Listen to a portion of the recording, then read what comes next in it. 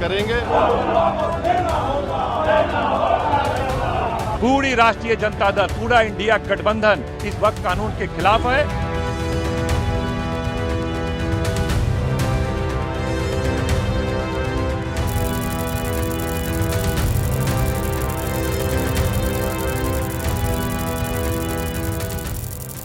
اعوذ باللہ من الشیطان الرجیم. بسم اللہ الرحمن الرحیم. ناظرین السلام علیکم. آج 6 اپریل جب ہم یہ پروگرام ریکارڈ کر رہے ہیں, کل 5 اپریل کو ہمارے ملک میں وقف امینڈمنٹ بل, جو اب وقف امینڈمنٹ ایکٹ 2025 میں تبدیل ہو چکا ہے اور اس کا گیزٹ پبلش ہو چکا ہے. ہمارے پریزیڈنٹ آف انڈیا نے اس کے اوپر مہر لگا دی ہے اور اس مسئلے کو لے کر ملک میں عجیب حالات ہیں. مسلمانوں کے درمیان غم و غصے کے حالات پیدا ہو گئے ہیں. کچھ لوگ ہمارے ملک میں جشن منا رہے ہیں اور کہا جا رہا ہے کہ ایک بڑی تبدیلی, ایک بڑا قدم ہے. اسی سلسلے میں اچھا موقع ہے کہ ہم یہاں پر بات کریں اپنے وقت کو لے کر, ہندوستان میں خاص طور وقت کو لے کر اپنے موقف کو واضح کریں, اپنی بات رکھیں اور اس سلسلے میں کیا نقصانات ہونے والے ہیں, کیا ہونے والا ہے, کیا تبدیلی ہونے والی ہے ہمارے ملک میں, ہمارے مسلمانوں کے لیے, ہماری قوم کے لیے. ان تمام چیزوں پر گفتگو کرنے کے لیے ہمارے ساتھ اسٹوڈیو میں آج موجود ہیں مولانا سید عاکف زیدی صاحب قبلہ, جو ایک عرصے سے اسی مسئلہ وقف میں دلچسپی بھی رکھتے ہیں اور ان کی تحقیقات ہیں, مطالعہ اسٹڈی سلسلے میں ہے. تو ہم نے اچھا موقع سمجھا کہ اس سلسلے میں مولانا سے گفتگو کی جائے. مولانا صاحب السلام علیکم ورحمۃ اللہ وبرکاتہ. تو مولانا صاحب کیا ہے آپ کا اس سلسلے میں کہنا؟ وعلیکم السلام ورحمۃ اللہ وبرکاتہ. بسم اللہ الرحمن الرحیم. جی آپ نے صحیح فرمایا, اہم موضوع ہے اور نہ صرف اپنے آپ میں یہ وقف کا موضوع اہم ہے, بلکہ آج کی گفتگو میں ہم یہ کوشش کر سکتے ہیں کہ اس کو آئینہ قرار دیں اور اس آئینے میں اپنے ماضی, حال اور مستقبل کے کچھ دوسرے پہلوؤں پر بھی ہم گفتگو انشاءاللہ کریں. مولانا صاحب اپنے پہلے سوال کی طرف ہم چلتے ہیں, وہ یہ کہ ابھی جو یہ وقف بل پاس ہوا ہے ہمارے یہاں, تو آپ کو کیا لگتا ہے کہ اس کو لے کر کوئی بڑی تبدیلی پیدا ہوئی ہے ہمارے ملک میں یا اس مسئلے میں, یا ہونے والی ہے؟ ساتھ ساتھ جو ہے وہ آپ اس کو کس نگاہ سے دیکھتے ہیں؟ جی شروع ہم یہی اسی کلی سوال سے کریں تو مناسب ہے کہ جی جیسے کہ اکثر مبصرین کا, اکثر جو ہے اینالسٹ کا ماننا ہے کہ یہ ایک بڑی تبدیلی ہے اور ہم نے دیکھا بھی کہ پارلیمنٹ میں کس طرح سے اس پر ڈیبیٹ ہوئی اور کیا کیا باتیں ہوئی. تو میں بھی متفق ہوں کہ یہ ایک بڑا قدم ہے. کتنا بڑا یہ ثابت ہوگا یہ آئندہ وقت بتائے گا, لیکن یہ بڑا ہے اپنے آپ میں. اور دوسری بات یہ, البتہ یہ بھی میں یہیں پر اضافہ کر دوں کہ اس کا بڑا ہونا اس کا مطلب یہ نہیں ہے کہ یہ ایک ایسا قدم ہے جو اچانک بغیر کسی پس منظر کے واقع ہوا ہے, بلکہ ایک پرانا ایک سلسلہ چلتا آ رہا ہے ہندوستان میں, ہماری تاریخ میں شاید 200 سال سے یا اس سے زیادہ سے چلتا آ رہا ہے. اس کی یہ تازہ ترین کڑی ہے اور سب سے لیٹسٹ اس کا یہ ایپیسوڈ یا انسٹالمنٹ ہے, اور یہ آخری بھی نہیں ہے. اب یہ سلسلہ کچھ اور بھی جاری رہے گا. تو اہم ہے, تاریخی موڑ ہے, لیکن اچانک نہیں ہے. یہ کنیکٹڈ ہے ہمارے ہسٹری سے اور بیک گراؤنڈ سے. جی انشاءاللہ ایسا ہی ہوگا جیسا کہ آپ نے فرمایا. لیکن ہم ابتدا یہاں سے کریں گے اور آپ سے گزارش کریں گے کہ ایک مرتبہ اگر ہم خود گفتگو کی شروعات میں ہی, ابتدائی میں, ہم وقف کا کیا کانسیپٹ ہے اور اس کی کیا اہمیت ہے, اس کو اگر ہم اپنے ناظرین کے لیے واضح کر دیں تو. جی ضرور. دیکھیے, وقف اسلام کا, اسلامی تہذیب اور تمدن اور سویلائزیشن کی ایک ایجاد ہے, کا ایک انوینشن ہے, ایک انوویشن ہے, اور بلکہ ایک شاہکار ہے. ہمیں دوسرے سویلائزیشنز میں ایسا کوئی کنسٹرکٹ اور کانسیپٹ ملتا نہیں ہے جو وقف جیسا ہے, کہ جس کے اندر اتنے مختلف پہلوؤں اور ڈائمنشنز کا خیال رکھا گیا ہو اور اس نے اتنا بڑا کردار ادا کیا ہو اس سویلائزیشن کو ڈیولپ کرنے میں. شاید یہی ایک وجہ ہے, یہ بھی ایک وجہ ہے کہ کسی بھی دوسرے زبان میں کوئی بھی لفظ وقف کا صحیح اور کامل ٹرانسلیشن آپ کو نہیں دے سکتا. اور شاید یہ بھی ایک وجہ ہو کہ اب تک جتنے بھی ہمارے ملک میں ایکٹس آئے ہیں وقف کو لے کر, انگریزوں کے دور میں یا اس کے بعد میں, سب کا نام وقف ہی ہوتا ہے. ابھی لاسٹ بھی جو ایکٹ ہے جس کو ابھی ایمینڈ کیا گیا ہے حالیہ دنوں میں, وہ بھی وقف ایکٹ ہے. اس کا نام کوئی چیریٹیبل ایکٹ, انڈاؤمنٹ ایکٹ, یہ سب نہیں رکھا جاتا ہے. اتنا یونیک یہ کانسیپٹ ہے. خلاصہ کیا ہوتا ہے اس میں ایک انسان جو کسی پراپرٹی کا مالک ہے, وہ یہ ارادہ کرتا ہے کہ کسی نیک نیت کے لیے خدا کی راہ میں, مثال کے طور پہ, وہ اس پراپرٹی کو اپنی اونرشپ اور ملکیت سے خارج کر رہا ہے, اور اس پراپرٹی کا جو بینیفٹ اور یوز ہے جی وہ کسی اچھے کام میں لگے گا اور وہ ڈیسائیڈ کرتا ہے وہ اچھا کام کیا ہے, کس کے لیے وغیرہ. تو خلاصہ وقف کا یہ ہے کہ اس طرح سے پراپرٹی جو ہے وہ ڈیڈیکیٹ ہو جاتی ہے کسی چیریٹیبل اور کسی اچھے پرپس کے لیے, خدا کی راہ میں, خدا کی راہ میں, یہ نیک کام امپورٹنٹ کے. ہے. جی بالکل بالکل, اس کا اس میں اہم ایک پہلو پایا جاتا ہے. تو وقف بنیادی طور پر یہ ہے, اور وقف نے بڑا کردار ادا کیا ہے. دیکھیے ہم سب کے ذہن میں, ہم سب نے سن کر رکھا ہے اسلامک سویلائزیشن کا ایک گولڈن پیریڈ اور گولڈن ایج تھا, ایسے تعلیمی ادارے تھے, ایسے فلاں ادارے تھے, ایسا یہ تھا وہ تھا, اور یہ سب صحیح ہے, واقعی ایسا گولڈن پیریڈ تھا. لیکن اس میں ایک پہلو جو مسنگ ہے اس تصویر میں وہ یہ ہے کہ اس گولڈن پیریڈ کے پیدا ہونے میں اور اس کے اس طرح سے درخشاں ہونے میں اوقاف کا بھی خود مرکزی طور پر کردار پایا جاتا تھا. اور جو اسلام کے سویلائزیشن کا تصور ہے کہ اسلام جہاں بھی جاتا ہے عام طور پر اربنائزیشن ساتھ میں لاتا ہے, ایڈوکیشن ساتھ میں ڈیولپ کرتا ہے, آرکیٹیکچر, سائنس اینڈ ٹیکنالوجی, یہ چیزیں عام طور پر ڈیولپ ہوتی ہیں. ان سب کے ڈیولپمنٹ میں ایک بیسک ایلیمنٹ اسی وقف کے انسٹیٹیوشن کا ہے. یہ ہر جگہ یہ دیکھا گیا ہے. تو اس لیے واقعاً یہ ہمارے لیے ایک فخر کی بات ہے کہ ہمارے پاس ایک ایسا ایسٹ پایا جاتا ہے, ایک ایسا ایسٹ جس نے ہمارے سویلائزیشن اور تاریخ میں اتنا ریولیوشنری کردار ادا کیا ہے. اور اسی لیے کوئی تعجب کی بات نہیں ہے کہ ہم دیکھتے ہیں کہ دوسرے سویلائزیشنز نے وقف کے کانسیپٹ کو کاپی کرنے کی کوشش کی ہے.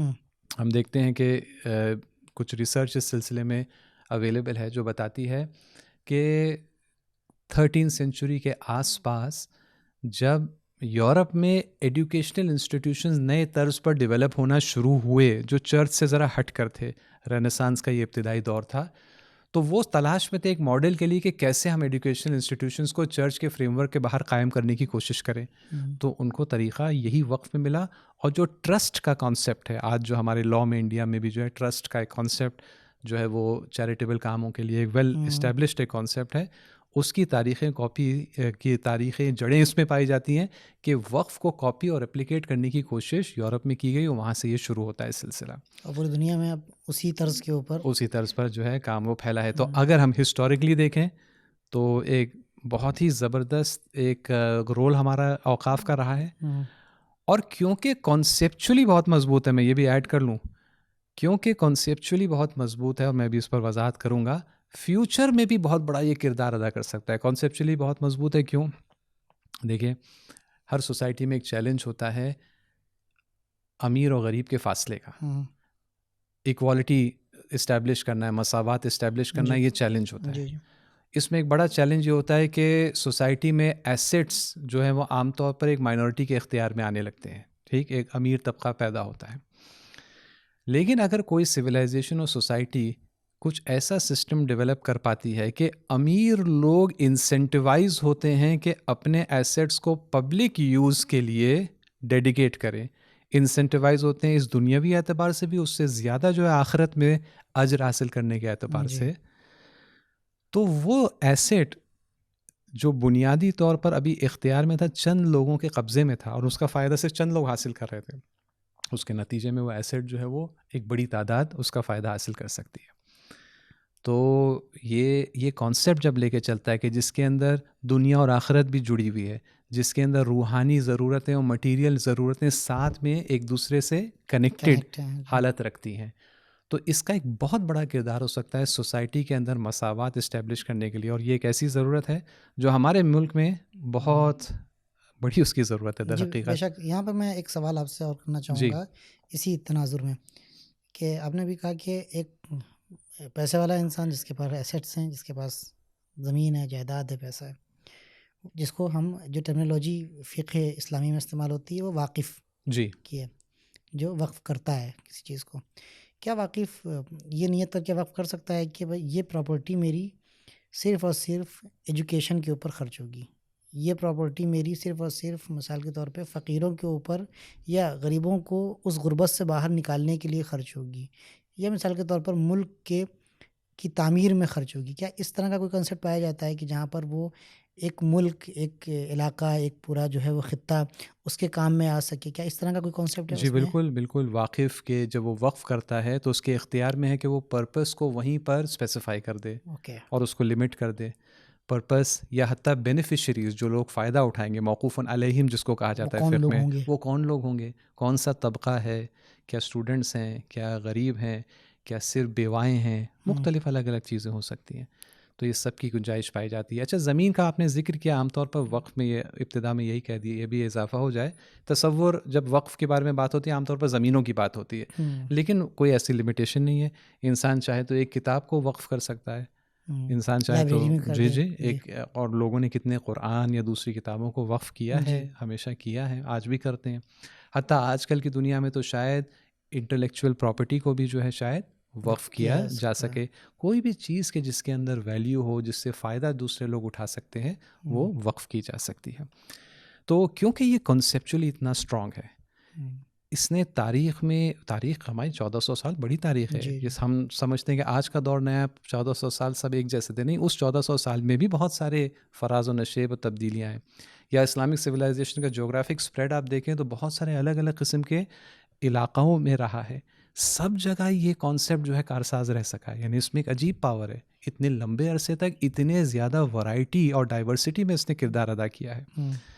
تو یہ بتاتا ہے کہ نہ صرف یہ کہ ہم اس پر فخر کر سکتے ہیں جب اپنے ماضی میں جا کے پلٹ کے دیکھتے ہیں، بلکہ اگر ہم فیوچر کے لیے بھی اپنا کوئی انویژننگ کریں گے تو اس میں وقف کا ایک بہت اہم اور بنیادی کردار ہوگا. انشاءاللہ امید ہے آگے بھی اس پر اور بھی گفتگو ہو سکے. آپ نے جو بھی بہت خوبصورتی سے اور خوش اسلوبی سے آپ نے بیان کیا اس کی اہمیت کو، اور ایک بات جو میرے ذہن میں آئی، اس کا فائدہ دیکھنے کو ملا کہ یعنی یہ اتنا اسٹرانگ کانسیپٹ، یہی کہا جائے جیسے آپ نے کہا کہ ایک شاہکار اسلام کا ہے کہ پوری اسلامی دنیا نے اس کو اپنے آغوش میں لیا، اس کا استقبال کیا، اور 1400 سال سے لے کر اب تک لوگ جو ہیں وہ وقف کو قبول کر رہے ہیں، اپنی پراپرٹی، اپنی حیثیت کے اعتبار سے وقف کر رہے ہیں، جو اس بات کی بہترین دلیل ہو سکتی ہے کہ یہ اسلام کا بہت ہی اہم بڑا قانون ہے کہ جو انسانیت کی فلاح اور بہبود کے لیے. آپ نے ہسٹوریکل سچویشن کو بھی یہاں پر بیان کیا. میں آپ سے گزارش کروں گا مولانا صاحب کہ ہندوستان میں وقف کی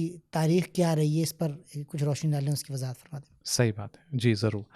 جی، تاریخی گفتگو میرے حساب سے بہت اہم ہے. اس پر چند پوائنٹس جو ہیں یہاں پر بیان کرنا ضروری ہے. میں دیکھیے، ہندوستان میں اگر وقف کی تاریخ پر گفتگو کرنا ہے تو شاید ہم کو چند حصوں میں کرنا ہوگی. سب سے پہلے ہندوستان میں اوقاف کب سے ہیں؟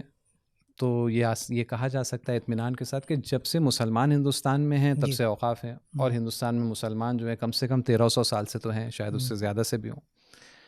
لیکن جو ہمیں سب سے پرانا ریکارڈ ملتا ہے، ڈاکیومنٹری ریکارڈ اس سلسلے میں، وہ تقریباً 12ویں سینچری کا، 12ویں صدی عیسوی کا ملتا ہے. تقریباً 800 سال پہلے کا ریکارڈ بھی ہمارے پاس موجود ہے کہ اوقاف ہوئے ہیں ہندوستان میں، انڈین سب کانٹیننٹ میں.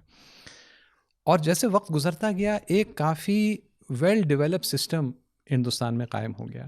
ایک سسٹم جو ڈی سینٹرلائز تھا، ہر علاقے میں، ہر بستی میں جو ہے وہاں کا جو مقامی جو قاضی ہوا کرتا تھا وہ متولیوں کی سرپرستی کرتا تھا، گائیڈنس کرتا تھا، ان پر نظارت کرتا تھا. اور پھر قاضی پر خود نظارت کرنے والے جو ہے شہر میں دوسرے لوگ ہوا کرتے تھے، صدر الصدور وغیرہ قسم کے لوگ ہوا کرتے تھے. تو ایک ویل ڈیولپڈ، ویل اسٹیبلشڈ ایک سسٹم تھا جو چھوٹے چھوٹے لیول سے لے کر ہائی لیول تک تھا. ہاں، نظارت جو تھی اوپر لیول کی تھی لیکن ڈی سینٹرلائز تھا. ایسے کہیں کہ کیپٹل سے سب کچھ چلایا جاتا تھا، ایسا نہیں تھا. کافی ڈی سینٹرلائز تھا، لوکل کنڈیشنز کے حساب سے وہ ڈیولپ ہوتا تھا، فلیکسیبل تھا، اور اس کا بہت اہم کردار تھا. یہاں پر روکے میں آپ کو ایک گزارش کروں گا کہ یہ جو ابھی آپ نے نام لیے ہیں، مثلا صدر الصدور اور متولی اور قاضی، ایک ایک جملے میں اگر اس کی وضاحت کریں. جی دیکھیے، متولی تو اس فرد کو کہتے ہیں جو ذمہ دار ہے کسی وقف کے ایسیٹ کو مینیج کرنا، دیکھ ریکھ کرنا، اور اس کا بیسٹ بینیفٹ حاصل کرنا اس مقصد میں لگانے کے لیے جس کے لیے اس کو وقف کیا گیا ہے. قاضی جو ہے وہ جج کو کہا جاتا ہے. صدر الصدور ایک خاص مقام ہوا کرتا تھا پہلے کے اس زمانے میں کہ جو ریلیجس ایکٹیویٹیز کے اوپر نظر رکھنے کے لیے ہوتا تھا. اور وقف کی جو ہے ہمیشہ سے حیثیت جو ہے ایک مذہبی اور دینی ایکٹیویٹی کی رہی ہے. یہ مناصب جو ہیں وہ طے کیے گئے تھے مثلا اس زمانے کے حکام کی طرف سے. جی جی، اس سمے. تو وقف، کیونکہ انڈیا بنیادی طور پر اس زمانے میں اسلامکیٹ سویلائزیشن کا ایک حصہ تھا، ٹھیک، تو ہندوستان کے اندر جو سوشل سسٹمز تھے، چاہے وہ ایڈوکیشنل ہو، چاہے گورنمنٹ ہو، چاہے وہ اکنامک ہو، چاہے وقف اس کا، یہ ایک پورا آپ کا سمجھ سکتے ہیں ایک تانا بانا تھا، ایک میٹرکس تھا مختلف انسٹیٹیوشنز کا، مختلف ویلیوز کا، سسٹمز کا، لاز کا، کہ جو سب ایک دوسرے سے انٹر کنیکٹڈ تھے اور سب جو تھے الٹیمیٹلی بیس تھے اسلام پر. اسی لیے اسلامکیٹ سویلائزیشن کہا جاتا ہے اس دور کو. انڈیا میں بھی اسلامکیٹ سویلائزیشن تھا اور عالمی اسلامک سویلائزیشن کا انڈیا ایک اہم حصہ ہوا کرتا تھا. تو اس دور میں بہت بڑا کردار ادا کیا ہے وقف نے، اوقاف نے ایک بہت بڑا کردار ادا کیا ہے. اور کردار کی اہمیت کو اگر ہمیں دیکھنا ہے تو شاید ہم اس دور کے بعض جو کامیابیاں ہیں اس کو ہم نظر انداز نہیں کر سکتے، اس کو بھی مد نظر رکھنا چاہیے. ہسٹورینس کا ماننا ہے مثال کے طور پر کہ 17ویں سینچری میں جا کر، 17ویں صدی میں جا کر ہندوستان دنیا کا ٹریڈ اور مینوفیکچرنگ کا سینٹر بن چکا تھا. جو ہسٹورینز ایسٹیمیٹ کرتے ہیں کہ برخلاف آج کے جب انڈیا کا گلوبل ٹریڈ میں یا مینوفیکچرنگ میں حصہ شیئر جو ہے وہ 5% سے بھی کم ہے، اس زمانے میں 20 سے 25%، 20 سے 25% حصہ جو تھا وہ ٹریڈ اور ایڈوانس مینوفیکچرنگ کا انڈیا کے اختیار میں ہوتا تھا. کب؟ 17ویں سینچری میں. اس دور میں، اس اکنامک سکسیس کے دور میں، خود انڈین سوسائٹی کے اندر مثال کے طور پر کاروان سرا کا جو نیٹ ورک تھا، کہ جو ٹریولرز کے ریسٹ ہاؤسز تھے، سڑکیں تھیں، سڑکوں کے کنارے پیڑ تھے، پل تھے ندیوں کے اوپر، گودام تھے وغیرہ وغیرہ، ایڈوکیشنل انسٹیٹیوشن جو لوگوں کو تعلیم دے رہا تھا وغیرہ، اس کا ایک بڑا حصہ جو تھا وہ وقف کی شکل میں ہوا کرتا تھا، موقوفات ہوا کرتے تھے. تو ہندوستان کا جو 17ویں سینچری کا جو اکنامک پیک ہے، جو تقریباً 18ویں سینچری میں جا کے پھر ڈکلائن میں آنے لگا، تو اس میں بھی ہم دیکھتے ہیں کہ اوقاف کا ہندوستان میں ایک بہت بڑا کنٹریبیوشن گزر چکا ہے اس دور میں. تو یہ تو رہا بہت ہی مختصر سے ہماری گفتگو انگریزوں سے پہلے کے دور کی. انگریزوں کے دور جب سے شروع ہوتا ہے، یعنی 18ویں سینچری کے سیکنڈ ہاف سے جب انگریزوں کا دور شروع ہوتا ہے، وہیں سے جو ہے انڈیا کے اسلامکیٹ سویلائزیشن کا ڈکلائن بھی شروع ہوتا ہے. بلکہ ڈکلائن تو شاید معمولی سا لفظ ہے، ہمیں شاید کہنا چاہیے ڈس ارے اور ایک قسم کی بربادی کا بھی دور وہاں سے اسلامکیٹ سویلائزیشن کا شروع ہوتا ہے. ہر شعبہ حیات ہندوستان کا اس سے متاثر ہوتا ہے. ایڈوکیشن میں کولیپس ہے، ہیلتھ میں کولیپس ہے، ٹریڈ اور بزنس میں کولیپس ہے. ہندوستان کا ڈی انڈسٹریلائزیشن انگریز کرتے ہیں. ہندوستان میں فیمن کو عام کرنے والے لوگ برٹش ہیں وغیرہ وغیرہ. اسی کے ضمن میں جو وقف کا انسٹیٹیوشن ہے وہ بھی شدید نقصان برداشت کرتا ہے، کولیپس کرنا شروع کرتا ہے. اس کے بھی چند مرحلے تھے، میں تیزی سے بیان کر دوں. ابتدائی دور میں تو انگریزوں نے دیکھا کہ بہت ساری قیمتی جائیدادیں اور زمینیں وقف کی شکل میں ایک مثال دیتا ہوں، ریفرنس بھی موجود ہیں، بعد میں شاید ڈسکرپشن وغیرہ میں اس کو دے دیا جائے، کہ جب بنگال کو انہوں نے ٹیک اوور کیا ہے 18ویں صدی میں، بنگال جو ہندوستان کا سب سے امیر، سب سے اہم صوبہ اس زمانے میں ہوا کرتا تھا، تو وہاں پر یہ پایا کہ جو زمینیں لینڈ ہولڈنگز، جو رجسٹرڈ جو زمینیں ہیں جہاں پر کاشت ہو رہی ہے، ریکارڈز ہیں وغیرہ، 1/4 25% جو تھے اوقاف کی زمینیں تھیں. انگریزوں نے یہ پایا، اور کئی بار بہترین زمینیں جو ہوتی تھی یہ ہوا کرتی تھی. تو ابتدائی دور میں ایسٹ انڈیا کمپنی نے تو اس کو بس ایسے ہی لوٹنا شروع کیا. یہ ٹیکس فری ہوا کرتی تھی، ان کے اوپر ہیوی ٹیکسیشن کا برڈن لگایا گیا. میں یہاں پر ایک بات کہنا چاہوں گا، تو یہاں پر جیسے بھی آپ نے بیان فرمایا کہ بہترین زمینیں ہوا کرتی تھیں، زرخیز زمینیں ہوا کرتی تھیں کہ جو واقف وقف کیا کرتا تھا. یہاں سے مسلمانوں کی نیت اور مسلمان زمیندار جو اس زمانے میں ہوا کرتے تھے ان کے خلوص کا اندازہ لگایا جا سکتا ہے کہ وہ مسلمانوں، خصوصاً ہندوستان کے مسلمانوں، ہندوستان کی عوام کو لے کر کس قدر ان کا دل جو ہے وہ نرم تھا، کس قدر ان کو خیال تھا کہ انہوں نے اپنی وہ زمینیں جو ان کی زندگی کی اچھی زمینیں یا اچھا سرمایہ تھا وہ انہوں نے رائے خدا میں. بے شک. اور اس کا یہ براہ راست اس کا تعلق ہے قرآن کی تعلیمات سے، جس میں یہ کہا گیا ہے لن تنالوا البر حتی تنفقوا مما تحبون. بہترین چیز جب تک جو ہے انفاق نہیں کرو گے تب تک تم اس مقام، نیکی کے مقام تک پہنچ نہیں سکتے جو اللہ کا قرب کا مقام ہے. یہ برٹش بالکل بات کر رہے تھے. تو انہی نے یہ زمینیں دیکھی، ان کو جو ہے لوٹنا، ان کو بیچنا، خورد بورد کرنا انہوں نے شروع کیا. ٹیکس ان پر لگے، یہ ٹیکس فری ہوتی تھی. کیونکہ یہ ان سے جو آمدنی ہو رہی ہے وہ پبلک یوز میں لگ رہی ہے نا، تو اس پر ٹیکس نہیں لگتا تھا. ان کی انکم ٹیکس فری ہوتی تھی. سب سے سنگین اور بھاری ٹیکس ان پر لگایا، یہ ذہنیت کے ساتھ کہ یہ اگر ہم بھاری ٹیکس لگائیں گے تو لوگ کم ناراض ہوں گے. کیوں؟ کسی کی ذاتی زمین نہیں ہے. جب کسی کی ذاتی زمین پر ہم بھاری ٹیکس لگاتے ہیں وہ ناراض ہو جاتا ہے ہم سے، تو ہم اس پر زیادہ لگائیں گے. اور نیست اور نابود کرنا انہوں نے شروع کیا وہیں بنگال سے اس سلسلے کو. اور یہ سلسلہ پھر انہوں نے بعد میں کچھ عرصے بعد کئی سارے قوانین لانا شروع کیے. 1810 کے بعد سے تو انہوں نے قانون فرمان اس طرح سے جاری کرنا شروع کیے کہ جو بھی وقف کی زمین ہے وہ آٹومیٹکلی ایسٹ انڈیا کمپنی کی ہے. یہاں تک انہوں نے قوانین جو ہے جاری کرنا شروع کیا. 1810 میں ایک صوبے میں, 1817 میں ایک اور صوبے وغیرہ.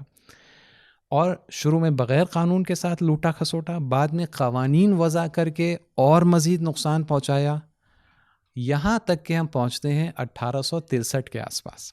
1863 میں آ کر جب انہی نے تقریباً 100 سال تک بڑے پیمانے پر جو ہے بربادی مچا دی تھی, تب انہی نے کہا کہ نہیں, ہمیں مذہبی امور میں دخالت نہیں کرنا چاہیے ہندوستانیوں کی. تو انہی نے پوری طرح سے جو بچے کچے اوقاف تھے ان کو چھوڑ دیا. لوٹنے کے بعد جو بچا تھا معاملہ اس کو چھوڑ دیا, اور اب ان سے نیچے کے لیول کے جو بدماش تھے انہی نے لوٹنا شروع کیا. انہی نے ایک ایسی بد انتظامی کی کیفیت قائم کر دی ملک میں کہ پہلے تو خود لوٹا, پھر بعد میں پیچھے ہٹ گئے, اور پھر جو ہے معاشرے میں جو دوسرے قسم کے بدماش اور اوباش افراد ہوتے ہیں اس کو لوٹنے کا موقع انہی نے فراہم کیا. تو 20ویں صدی کے ابتدا میں جب ہم آتے ہیں تو ہندوستان کے مسلمانوں میں جو پڑھا لکھا طبقہ تھا, جو شعور رکھتا تھا, ان کے لیے آج ہم کہہ رہے ہیں کہ اوقاف کا مسئلہ ایک کرائسس ہے مسلمز کے لیے. آج سے 125 سال پہلے بھی اگر آپ کسی پڑھے لکھے ہندوستانی مسلمان سے بات کرتے, وہ کہتا کہ اوقاف جو ہیں ایک بحرانی کیفیت میں, کرائسس کی حالت میں. اس زمانے میں بھی انگریز اس کو وہاں تک پہنچا گئے تھے. تو یہ وہاں کی بات ہے. یہاں پر ایک تبدیلی آنا شروع ہوتی ہے. مسلمانوں کے درمیان سے ایک مطالبہ اٹھتا ہے کہ یہ بد انتظامی اور بدحالی اوقاف کی, اسے ٹھیک ہونا چاہیے, اس کا مقابلہ ہونا چاہیے جی. اور مسلمان اس مطالبے کو لے کر پہنچتے ہیں انگریزوں کے دربار میں. اور انگریز حکام پر, سامراجی حکام پر یہ دباؤ ڈالنا شروع کرتے ہیں کہ آپ آئیے اوقاف کے مسئلے کو سدھارنا اور سنبھالنا شروع کریے. یعنی یہ پریشر جو ہے خود مسلمان ایلیٹ کی طرف سے یہ پریشر اٹھتا ہے. میں یہ بھی واضح کرتا ہوں کہ یہ پریشر اٹھانے میں اس زمانے میں کچھ وجوہات کی بنا پر علماء حضرات کم نظر آتے ہیں, بلکہ جو مغربی طرز فکر اور مغربی تعلیم یافتہ جو مسلمان لیڈران تھے وہ زیادہ اس میں آگے تھے. جو زمانے میں مثال کے طور پر نئی جو مسلم لیگ قائم ہوئی تھی, جی اس زمانے کے جو ویسٹرنائزڈ مسلم انٹلیکچوئلس تھے وہ زیادہ اس میں, جن میں سے کئی لائرز بھی تھے ان کا نام یہاں لینا ضروری نہیں ہے. بہرحال یہ آگے بڑھتے ہیں اور یہاں سے ایک نیا دور شروع ہوتا ہے پھر کہ انگریز تھوڑے بہت قوانین پھر سے وضع کرنا شروع کرتے ہیں. لیکن یہاں پر میں تاکید کرنا چاہتا ہوں کہ یہ ہم یاد رکھیں کہ اس وقت اس مسلم ایلیٹ نے اسی سامراجی کولونیل پاور کی طرف رجوع کیا جس نے برباد کرنے میں اہم ترین کردار ادا کیا تھا. ان سے طلب کی کہ ان سے اس بات کا مطالبہ کیا کہ آ کر اس مسئلے کو سنبھالیں. یہ ایک بات. دوسری بات, جو پہلا مطالبہ یہ لوگ لے کر آگے بڑھے وہ ایک خاص قسم کے اوقاف تھے, اور وہ ہمارے تاریخ میں یا فقہ میں جس کو کہا جاتا ہے وقف علی الاولاد. عام طور پر کیا ہوتا تھا کہ بڑے جاگیردار اور پیسے والے مسلمان اگر انہیں اس بات کا ڈر ہوتا تھا کہ ہمارے بعد ہماری جائیداد جو ہے ہمارے ورثاء میں اختلاف ہوگا, جھگڑا ہوگا, یا نالائق ہیں ورثاء اس میں خورد بورد کر دیں گے, بیچ ڈالیں گے, اپنی زندگی میں اسے وقف کر دیتے تھے اور کہتے تھے اس کا فائدہ جو ہے ہماری اولاد تا قیامت اس سے اٹھائے گی. تو اس طرح سے وہ محفوظ ہو جاتی تھی وہ زمین. برٹش گورنمنٹ نے آ کر وقف علی الاولاد کو باطل قرار دے دیا, یعنی انویلڈ قرار دے دیا تھا, اور اس کی وجہ سے جو مسلم ایلیٹ طبقہ تھا اس کے اندر ایک ہلچل مچی تھی. تو سالو کرنے کے لیے بھی جو سب سے پہلے جس مسئلے کو سالو کرنے کے لیے ایلیٹ طبقہ آگے بڑھا وہ اسی وقف علی الاولاد کا ہی مسئلہ تھا, اور جو عمومی اوقاف تھے ان کی طرف توجہ بعد میں بڑھی ہے. یہ خود یعنی اس زمانے کی کچھ کمزوریاں ہمارے ہسٹری میں ہمارے مسلم ایلیٹ کی بھی نظر آتی ہیں, اس کو نظر انداز ہم کو نہیں کرنا چاہیے.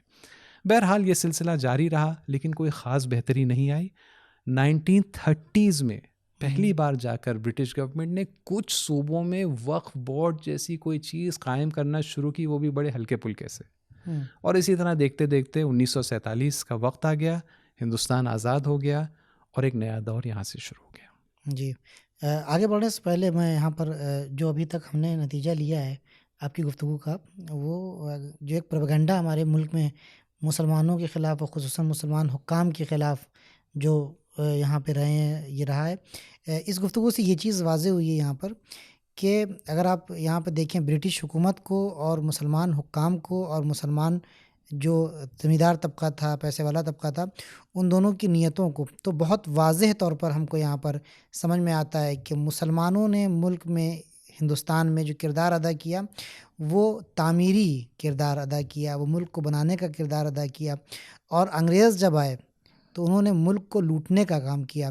یہ کہنا غلط نہیں ہوگا یہاں پر کہ انگریزوں نے آ کر جو کہ سونے کی چڑیا تھی اس کو لوٹ لیا، اس میں اکثریت جو رہی ہے وہ مسلمان پراپرٹی اور مسلمان جائیداد کو لوٹا ہے اور اس کو برباد کیا۔ مولانا صاحب، یہاں تک آپ نے بہت خوبصورتی کے ساتھ وہ پورا تاریخی مرحلہ ہندوستان کی آزادی سے پہلے کا جی بیان کیا۔ جی ہم چلتے ہیں اب کہ دیکھتے ہیں کہ ہندوستان کے آزاد ہونے کے بعد ہمارے پیارے ملک کی کو انگریزوں سے، اس کی غلامی سے آزادی کے بعد جو ہے وہ وقت کے سلسلے میں کیا، اس سلسلے میں جو ہے وہ صورتحال رہی ہے، اور اس صحیح، میں کیا جی تبدیلیاں آئی ہیں؟ بالکل آئے گفتگو کو 1947 کے آگے بڑھاتے ہیں۔ جی 1947 کے بعد ایک ابتدائی دور میں وہی حالات باقی رہے، یعنی کیا، یعنی کہ وقف جو ہے وہ ایک لاوارثی کی کیفیت میں رہنا، جی کوئی خاص نظارت اور کوئی خاص قانون مندی اس میں نہ پائی جانا، یہ حالت رہی۔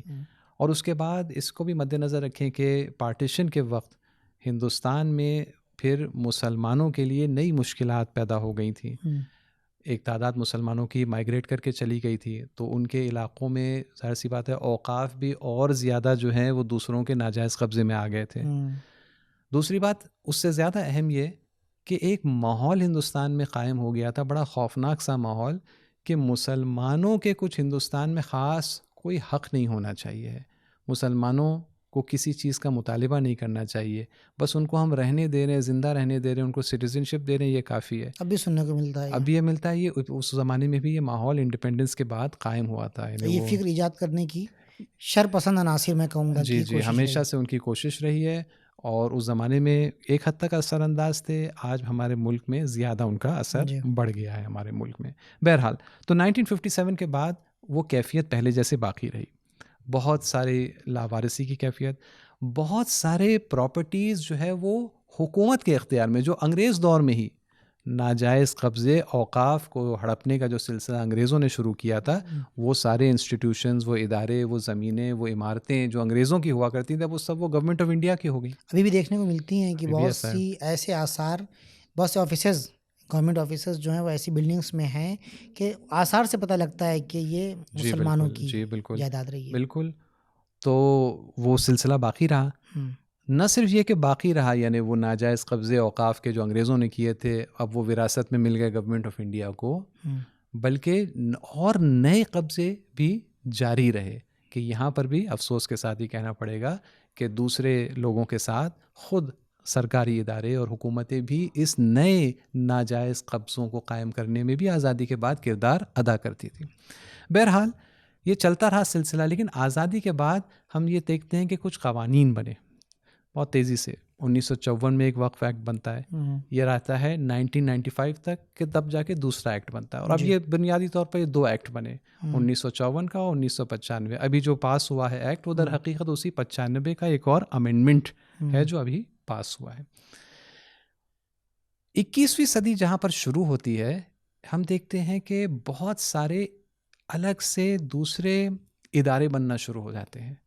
پہلے سے ادارے کچھ بن چکے تھے، ایک وقت کے بعد سینٹرل وقف کونسل بنتا ہے، 1995 کے ایکٹ کے بعد ہر اسٹیٹ میں وقف بورڈز بنتے ہیں، وقف ٹرائیبیونلز بنتے ہیں، یہ سب تو بنے ہوئے تھے۔ 21ویں صدی سے ہم آ کر دیکھتے ہیں کہ مثال کے طور پہ نیشنل وقف ڈیولپمنٹ کارپوریشن بنتا ہے، ایک الگ سے ادارہ بنایا جاتا ہے کہ وقف کی پراپرٹی کو ڈیولپ کرنے کے لیے یہ الگ سے ایک ادارہ ہے۔ یا وقف asset management system of India, Vamsi نام کا ایک پورٹل بنتا ہے کہ جس کا مقصد یہ ہے کہ تمام ریکارڈز کو وہاں پر ڈیجیٹل شکل میں آن لائن اپلوڈ کیا جائے اور وہاں پر ہر ایک اس کو ایکسیس کر سکے. اس قسم کے الگ الگ ادارے بنتے ہیں. تو شروع کے 10-20-30 سال میں سستی کے بعد ایک وقت آتا ہے کہ اوقاف میں قانون بننے کے اعتبار سے اور مختلف ادارے بننے کے اعتبار سے ایک تیزی نظر آتی ہے, ایک ڈیولپمنٹ اور ایک سرگرمی اور ایکٹیویٹی نظر آتی ہے. یہ ٹھیک ٹھاک ایکٹیویٹی ہوتی ہے کہ یہ ایک فرق ہے جو تقریباً آپ کہہ سکتے ہیں 1990s سے یہ ایکٹیویٹی زیادہ ہم کو نظر آتی ہے وقف کے اس میں. البتہ اس دور میں کوئی خاص بہتری نہیں آئی, جو اوور آل پکچر تھی وہ ویسی رہی. جی البتہ کچھ پازیٹیو چیزیں بھی تھیں اس زمانے میں. مثال کے طور پر 1995 کا جو وقف کا قانون تھا اس میں 54 کے ایکٹ کے مقابلے میں کچھ بہتری تھی. ایک مشہور خط ہے اس زمانے کے جو پرائم منسٹر ہوا کرتی تھی 1976 میں, اس زمانے کی پرائم منسٹر نے سارے چیف منسٹرز کو ایک خط لکھا تھا, اکثر اسے کوٹ کیا جاتا ہے, کہ جس کے اندر کھل کر انہوں نے کہا تھا کہ گورنمنٹس جو ہیں بہت بڑی انکروچر ہیں وقف کی لینڈز پر ناجائز قبضہ کرنے میں, خود حکومتوں کا بہت بڑا کردار ہے. اس میں کچھ مشورے انہوں نے دیے کہ کس طرح حکومت کا ناجائز قبضہ جو ہے اس کو ختم کیا جائے. یہ ریکارڈ میں یہ لیٹر آ گیا ہے, یہ ایک پازیٹیو ڈیولپمنٹ رہا اس پیریڈ میں. گرچہ اس پر اس صورت میں کوئی عمل نہیں ابھی تک ہو سکا, لیکن کچھ اس میں پازیٹیو چیزیں بھی پائی جاتی تھیں. اس دوران میں 1947 سے لے کر ابھی تک پبلک میں وقف کو لے کر کوئی خاص بیداری, گفتگو, کوئی چرچا کا موضوع, کوئی نیریٹو, کوئی ڈسکورس کوئی خاص طور پر نہیں تھا. نہ مسلمانوں میں نہ غیر مسلمانوں میں کوئی خاص نیریٹو نہیں تھا. ایک موضوع ایسا تھا کہ جو جیسے عام لوگوں کو اس کا کوئی خاص علم نہیں تھا, کوئی خاص توجہ نہیں تھی. وہ شر پسند عناصر, مسلمان دشمن عناصر یا پورے ہندوستان کے ہی دشمن ایک طرح سے عناصر ہیں وہ, کہ جو اس وقف کے سلسلے میں جشن منا رہے ہیں اس وقت وغیرہ, اس ٹائپ کے لوگ, انہوں نے بھی کوئی بہت بڑے توجہ اس پیریڈ میں وقف کے موضوع پر نہیں دی. مثال کے طور پر جس طرح سے ہم دیکھتے ہیں کہ یونیفارم سول کوڈ کو ہمیشہ وہ ایک مدعا بنائے رہے, یا ایک وقت آتا ہے کہ بابری مسجد کو ایک ٹارگٹ اور ایک مدعا بنایا جاتا ہے, یا مثال کے طور پر آرٹیکل 370 کو اس فہرست میں کبھی وقف کو وہ نہیں لائے. ایک چھوٹے لیول پر گوشے و کنار میں تھوڑا بہت وہ باتیں کرتے تھے, لیکن کسی بڑے پیمانے پر موبلائزیشن ان طاقتوں نے بھی کرنے کی اس مدت میں کوشش نہیں کی. تو یہ تقریباً آپ کہہ سکتے ہیں کہ آج سے چند سال پہلے تک کی یہ کیفیت ہو گئی تھی. یہ ابھی یہ نیا جو ابھی چیپٹر ابھی آج کل میں شروع ہوا ہے, اس سے پہلے تک کی یہ کیفیت میں بیان کر رہا ہوں.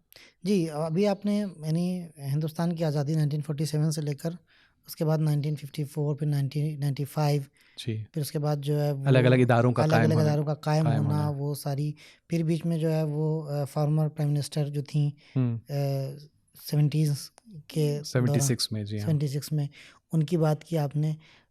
بلکہ ایک قابل دید تبدیلی محسوس ہوتی ہے وقف کے سلسلے میں. لیکن سوال یہ پیدا ہوتا ہے کہ ان تبدیلیوں کا کیا اثر رہا, اس کے کیا نتائج دیکھنے کو ملے. دیکھیے میرے یہاں پر جو چند کتابیں جس لے کر میں آیا تھا اسی گفتگو کے لیے, اس میں ایک یہ جو ہے یہ رپورٹ ہے, وہی مشہور سچر کمیٹی کی رپورٹ ہے یہ. اچھا, اتنی موٹی رپورٹ جی جی, اتنی موٹی رپورٹ ہے یہ. 2006 کی رپورٹ ہے, تقریباً 20 سال اب ہونے کو آ رہے ہیں اس رپورٹ کو بھی. تو اس میں بہت اچھی گفتگو, ایک چیپٹر باقاعدہ جو اس میں اوقاف پر چیپٹر ہے, کافی کام کا ہے, گرچہ 19-20 سال ہو رہے ہیں لیکن پھر بھی کام کی بات ہے.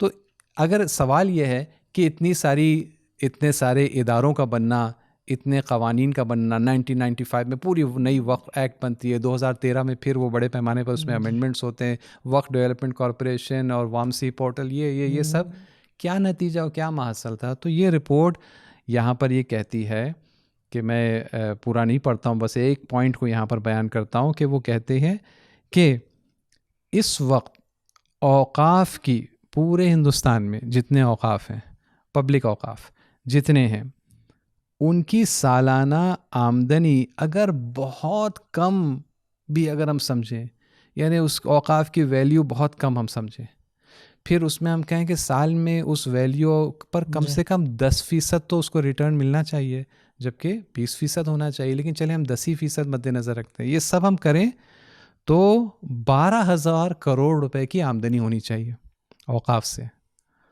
لیکن ہے کتنی؟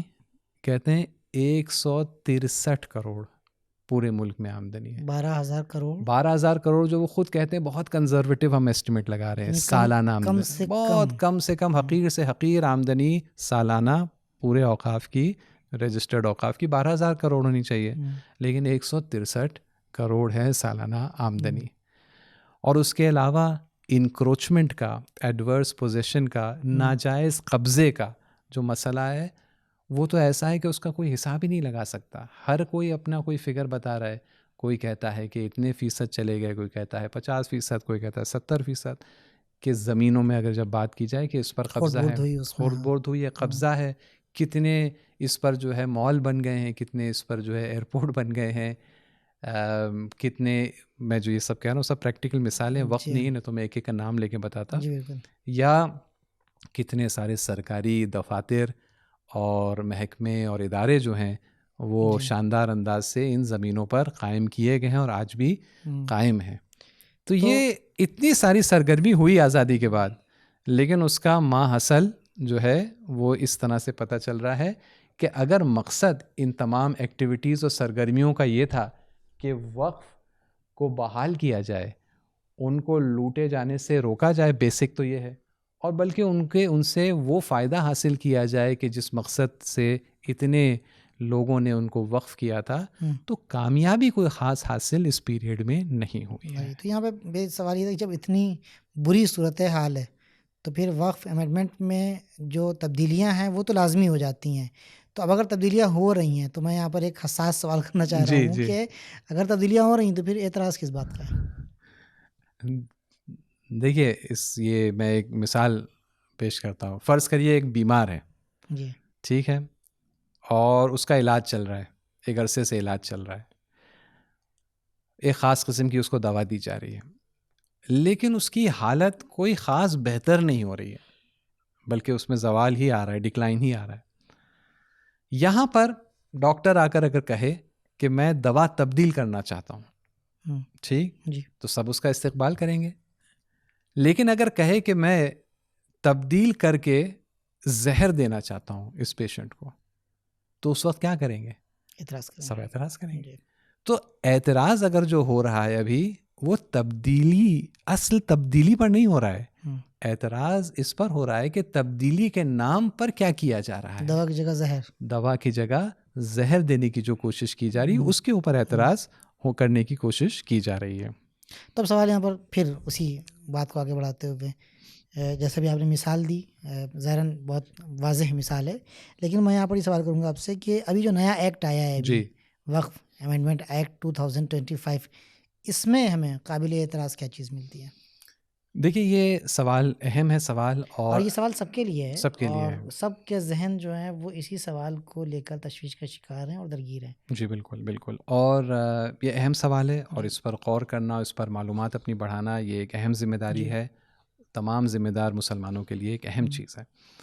البتہ اس کا اگر ہم تفصیلی اور کامل جواب دینا چاہیں گے تو بہت وقت درکار ہے. 40 سے زیادہ تبدیلیاں کی گئی ہیں اس ایکٹ میں, اس امینڈمنٹ کے ذریعے 40 سے زیادہ جگہوں پر جو ہے تبدیلی کی گئی ہے, اور اگر ان سب پر ہم گفتگو کریں گے تو بہت وقت لگے گا اور ظاہر سی بات مفید نہیں ہے.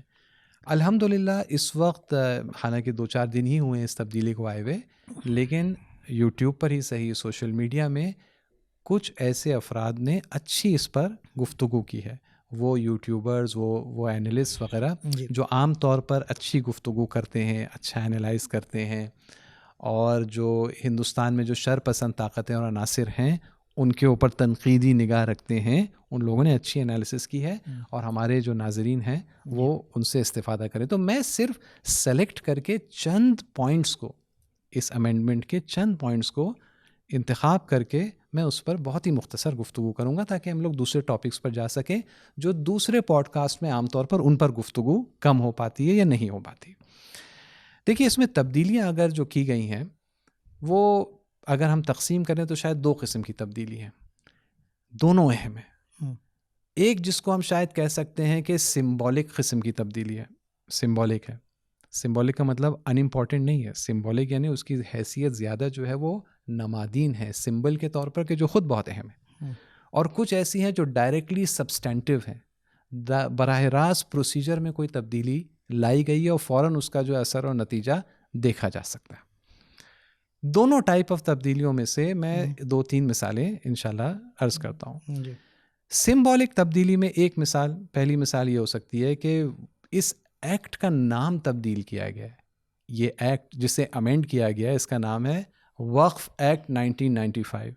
اب اس کا نام بدل کے کر دیا گیا ہے یونیفائڈ وقف management empowerment efficiency and development act, امید، اور اس کا ایکرونیم بنا دیا گیا امید. وقف کے لفظ کو جو ہے نا امید لگ رہا ہے. صحیح. تو وقف کے لفظ کی جو اسلامی پہچان ہے، اسلامک اس کی آئیڈینٹی ہے کہ جس کے اندر وہ روحانیت کا پہلو ہے، وہ آخرت کا پہلو ہے، وہ خلوص کا پہلو ہے، وہ مذہبی رنگ اس کے اندر جو پایا جاتا ہے، اس کو جو ہے یہاں پر کم کرنے کی کوشش کی گئی. اور جیسے کہ مان لیجیے کوئی ایسٹ مینجمنٹ کا کوئی سافٹ ویئر ہو، اس طرح سے اس کا نام رکھ دیا گیا، یعنی اس کو ایک دم اس روحانی مرتبے سے ایک دم گرا کر جو ہے زمینی اس کو بنایا ہے. یہ سمبولک ہے، لیکن یہ سمبولک کا اثر ہے کیونکہ یہ اس ذہنیتوں کو تنظیم کر رہا ہے کہ وقف کے ساتھ آگے کس ایٹیٹیوڈ کے ساتھ جو ہے پیش آیا جائے گا. تو یہ اس طریقے سے ذہنیت کے ساتھ کھلواڑ بھی کیا جا رہا ہے، اور عام انسان غیر مسلمان یعنی وہ وقف کی اہمیت سے واقف نہیں ہے. ابھی جو باتیں آپ نے بیان کی ظاہر بات اتنی ڈیٹیلز میں کبھی بیان نہیں ہوتی ہیں چیزیں. ہو سکتا ہے مسلمانوں کے درمیان علماء فقہا یا خطبہ اپنے ممبر وغیرہ سے ساتھ باتیں بیان کریں، مطلب مجھے نہیں لگتا کہ اتنی ڈیٹیل سے بیان کیا جاتا ہوگا. ایک نان مسلم کے لیے کبھی واضح نہیں رہا ہے وقف، جی، اور ابھی تم نے اس کو لا کے بالکل امید کا نام دے دیا. اب جو ذہنیت تبدیل کی جا رہی ہے وہ یہ ہے کہ وقف خدا نخواستہ ایک نا امید والا کانسیپٹ تھا، اب ہم جو چیز نے اس کو امید میں، اور اگر اس کی کوئی مخالفت کرے گا یعنی تم امید کی مخالف ہو. جی، بلکہ کہا بھی جا رہا ہے، مثال کے طور پہ ابھی ہم کو کچھ پولیٹیشینس کے ہم نے وہ سنے ہیں ابھی جو ان کے اسٹیٹمنٹس آئے ہیں، اس میں سے کہ کسی نے اگر وقف کے سلسلے میں، اس بل کے سلسلے میں مخالفت کی تو اس کو جیل میں ڈال دینا چاہیے، یا اس کو دیش دروہی ایکٹ اس کے اوپر لگا دینا چاہیے. اس طرح کی باتیں بالکل. تو یہ جو سمبولک چینجز ہوتے ہیں وہ سب زمین ہموار کرتے ہیں، ماحول فراہم کرتے ہیں اس قسم کی جو ہے باتیں کرنے کے لیے کہ بعض لوگ آ کے پھر کہیں گے کسی نے اگر مخالفت کی تو وہ ملک سے دشمنی ہے، جبکہ ایک بے بنیاد بات ہے. لیکن اس بے بنیاد بات کے لیے بیس فراہم ہوتی ہے اس ٹائپ کے سمبولک چینجز اس میں کردار ادا کرتے ہیں. تو ایک تو یہ سمبولک چینج ہو گیا کہ ایکٹ کا نام بدلا گیا.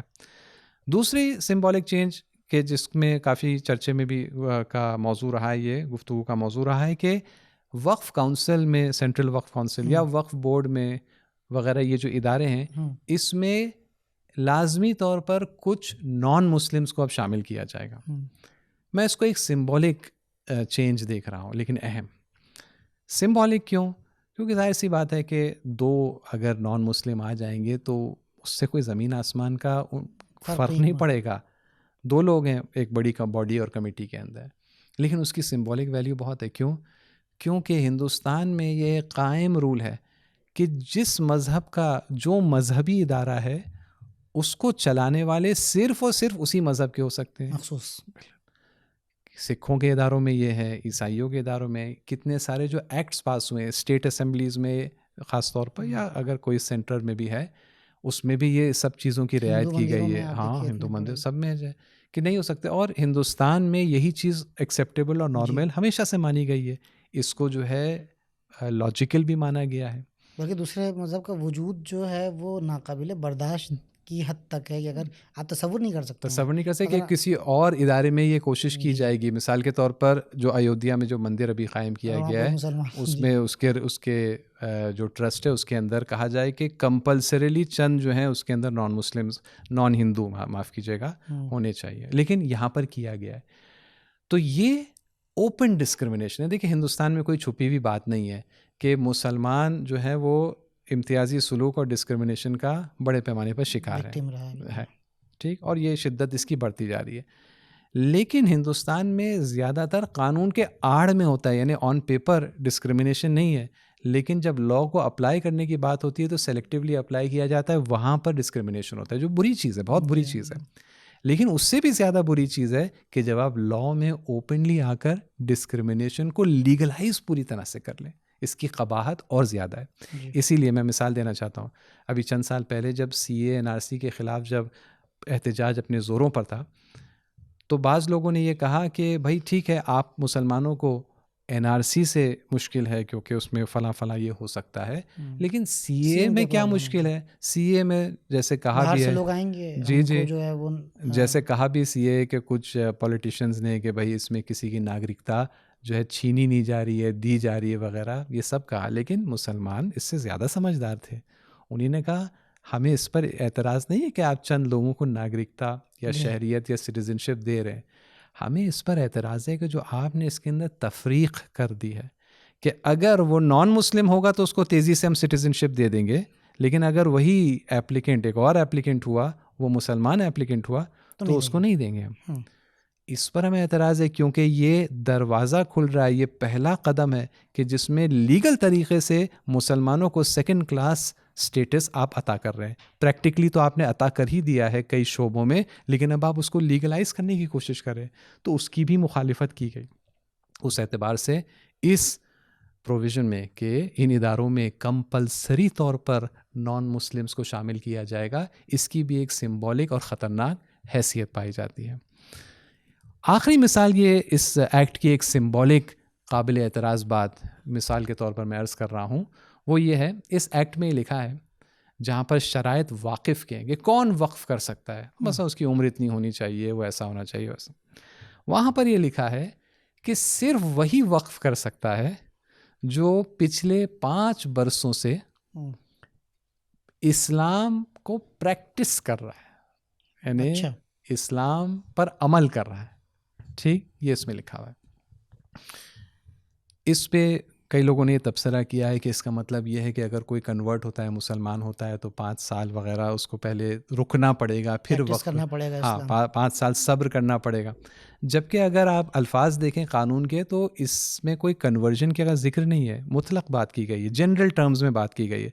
کوئی بھی اگر وقف کرنا چاہتا ہے اسے ثابت کرنا پڑے گا کہ 5 سال وہ پریکٹس کر رہا ہے. اب آپ سوچئے رولز ابھی نوٹیفائی ہونا باقی ہیں اس ایکٹ کے ڈیٹیلڈ رولز, لیکن اگر پھر وہ رولز میں یہ آ جائے گا کہ اگر آپ جو ہے وقف کرنا چاہتے ہیں کسی چیز کو تو پہلے آپ جائیں گے DM کے پاس, DM آپ کا انٹرویو لے گا اور چیک کرے گا کہ آپ 5 سال سے نماز روزے کے پابند رہے ہیں کہ نہیں, آپ نے داڑھی رکھی ہے کہ نہیں رکھی, پورے اسلامک رولز کو آپ نے پریکٹس کیا ہے, یا جو بھی وہ اپنے طور پر وہ کچھ طے کرے گا کہ یہ ہے پریکٹس کا معیار. اب یہ کرائٹیریا معین نہیں ہوا ہے, نہیں اس میں کچھ نہیں ہے.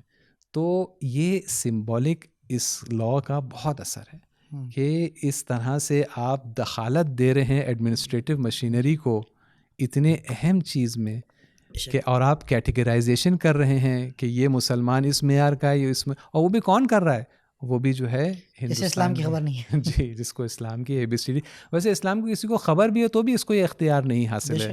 اسلامی طرز حکومت میں ایسا کوئی تصور نہیں ہے کہ مسلمانوں کو اس طرح سے گریڈ اور کلاسیفائی کیا جائے. تو جب ایک اسلامی حاکم کے لیے اس بات کی اجازت نہیں پائی جاتی تو یہاں پر ایک غیر اسلامی حاکم کے لیے اس کا دروازہ کھل رہا ہے. سمبولک ویلیو اس کی بہت ہے, اور ہو سکتا ہے بعد میں اس کے پریکٹیکل اثرات بھی بہت ہوں. ابھی وہ رولز کے نوٹیفیکیشن آیا نہیں ہے, لیکن یہ کلی طور پر بھی جو آ گیا ہے ایکٹ میں, یہ بھی سمبولک ویلیو بہت رکھتا ہے. چند مثالیں جو تو یہ ہو گئے 2-3 مثالیں کہ سمبولک چینجز جو قابل اعتراض ہیں. اب 2-3 مثالیں میں دے دوں کچھ ایسے سبسٹینٹیو یا پروسیجرل چینجز جو قابل اعتراض ہیں.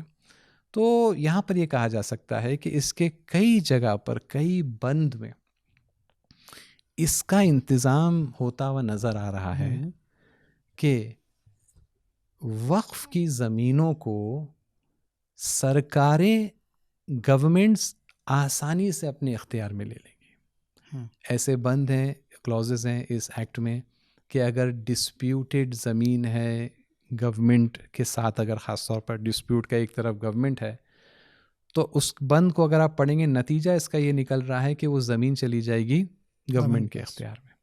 اگر ڈسپیوٹ ہے تو جب تک ڈسپیوٹ سالو نہیں ہوگا وہ غائب, کم سے کم وہ وقف کے مقصد کے لیے یوز نہیں ہو سکتی. یعنی اگر درگاہ اس پہ تالا پڑ جائے گا, اگر قبرستان اس پہ تالا پڑ جائے گا, یا کوئی بھی اور دوسرا ادارہ ہے اس پر تالا پڑ جائے گا جب تک ڈسپیوٹ سالو نہیں ہو جو سکتا. ریونیو اس کا آئے گا اس کے وہ بند ہے, وہ پورا وہ وقف کے پرپس کے لیے یوز نہیں کیا جا سکتا جب تک کہ وہ حل نہیں ہوتا. کوئی بھی اگر پروٹیکٹڈ مونیومنٹ ہے, بہت سارے ہمارے اوقاف جو ہیں وہ تاریخی حیثیت بھی رکھتے ہیں, وہ پروٹیکٹڈ مونیومنٹس ہیں, دھروہر ہیں. ہاں, آرکیولوجیکل سروے آف انڈیا اس پر کوئی نظر رکھتی ہے. یہ آٹومیٹکلی وقف کی حیثیت سے باہر چلے جائیں گے. اگر وقف آج تک مانے بھی جا رہے تھے تو اب یہ وقف نہیں رہیں گے, تو یہ بھی حکومت کے اختیار میں چلے گئے.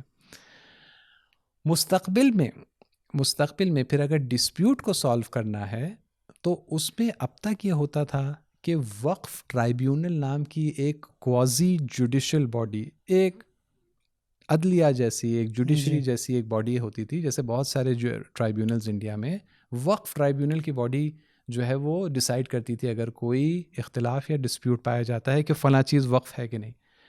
اب یہ ذمہ داری وقف ٹرائیبیونل سے لے کر دے دی گئی ہے انتظامیہ کو.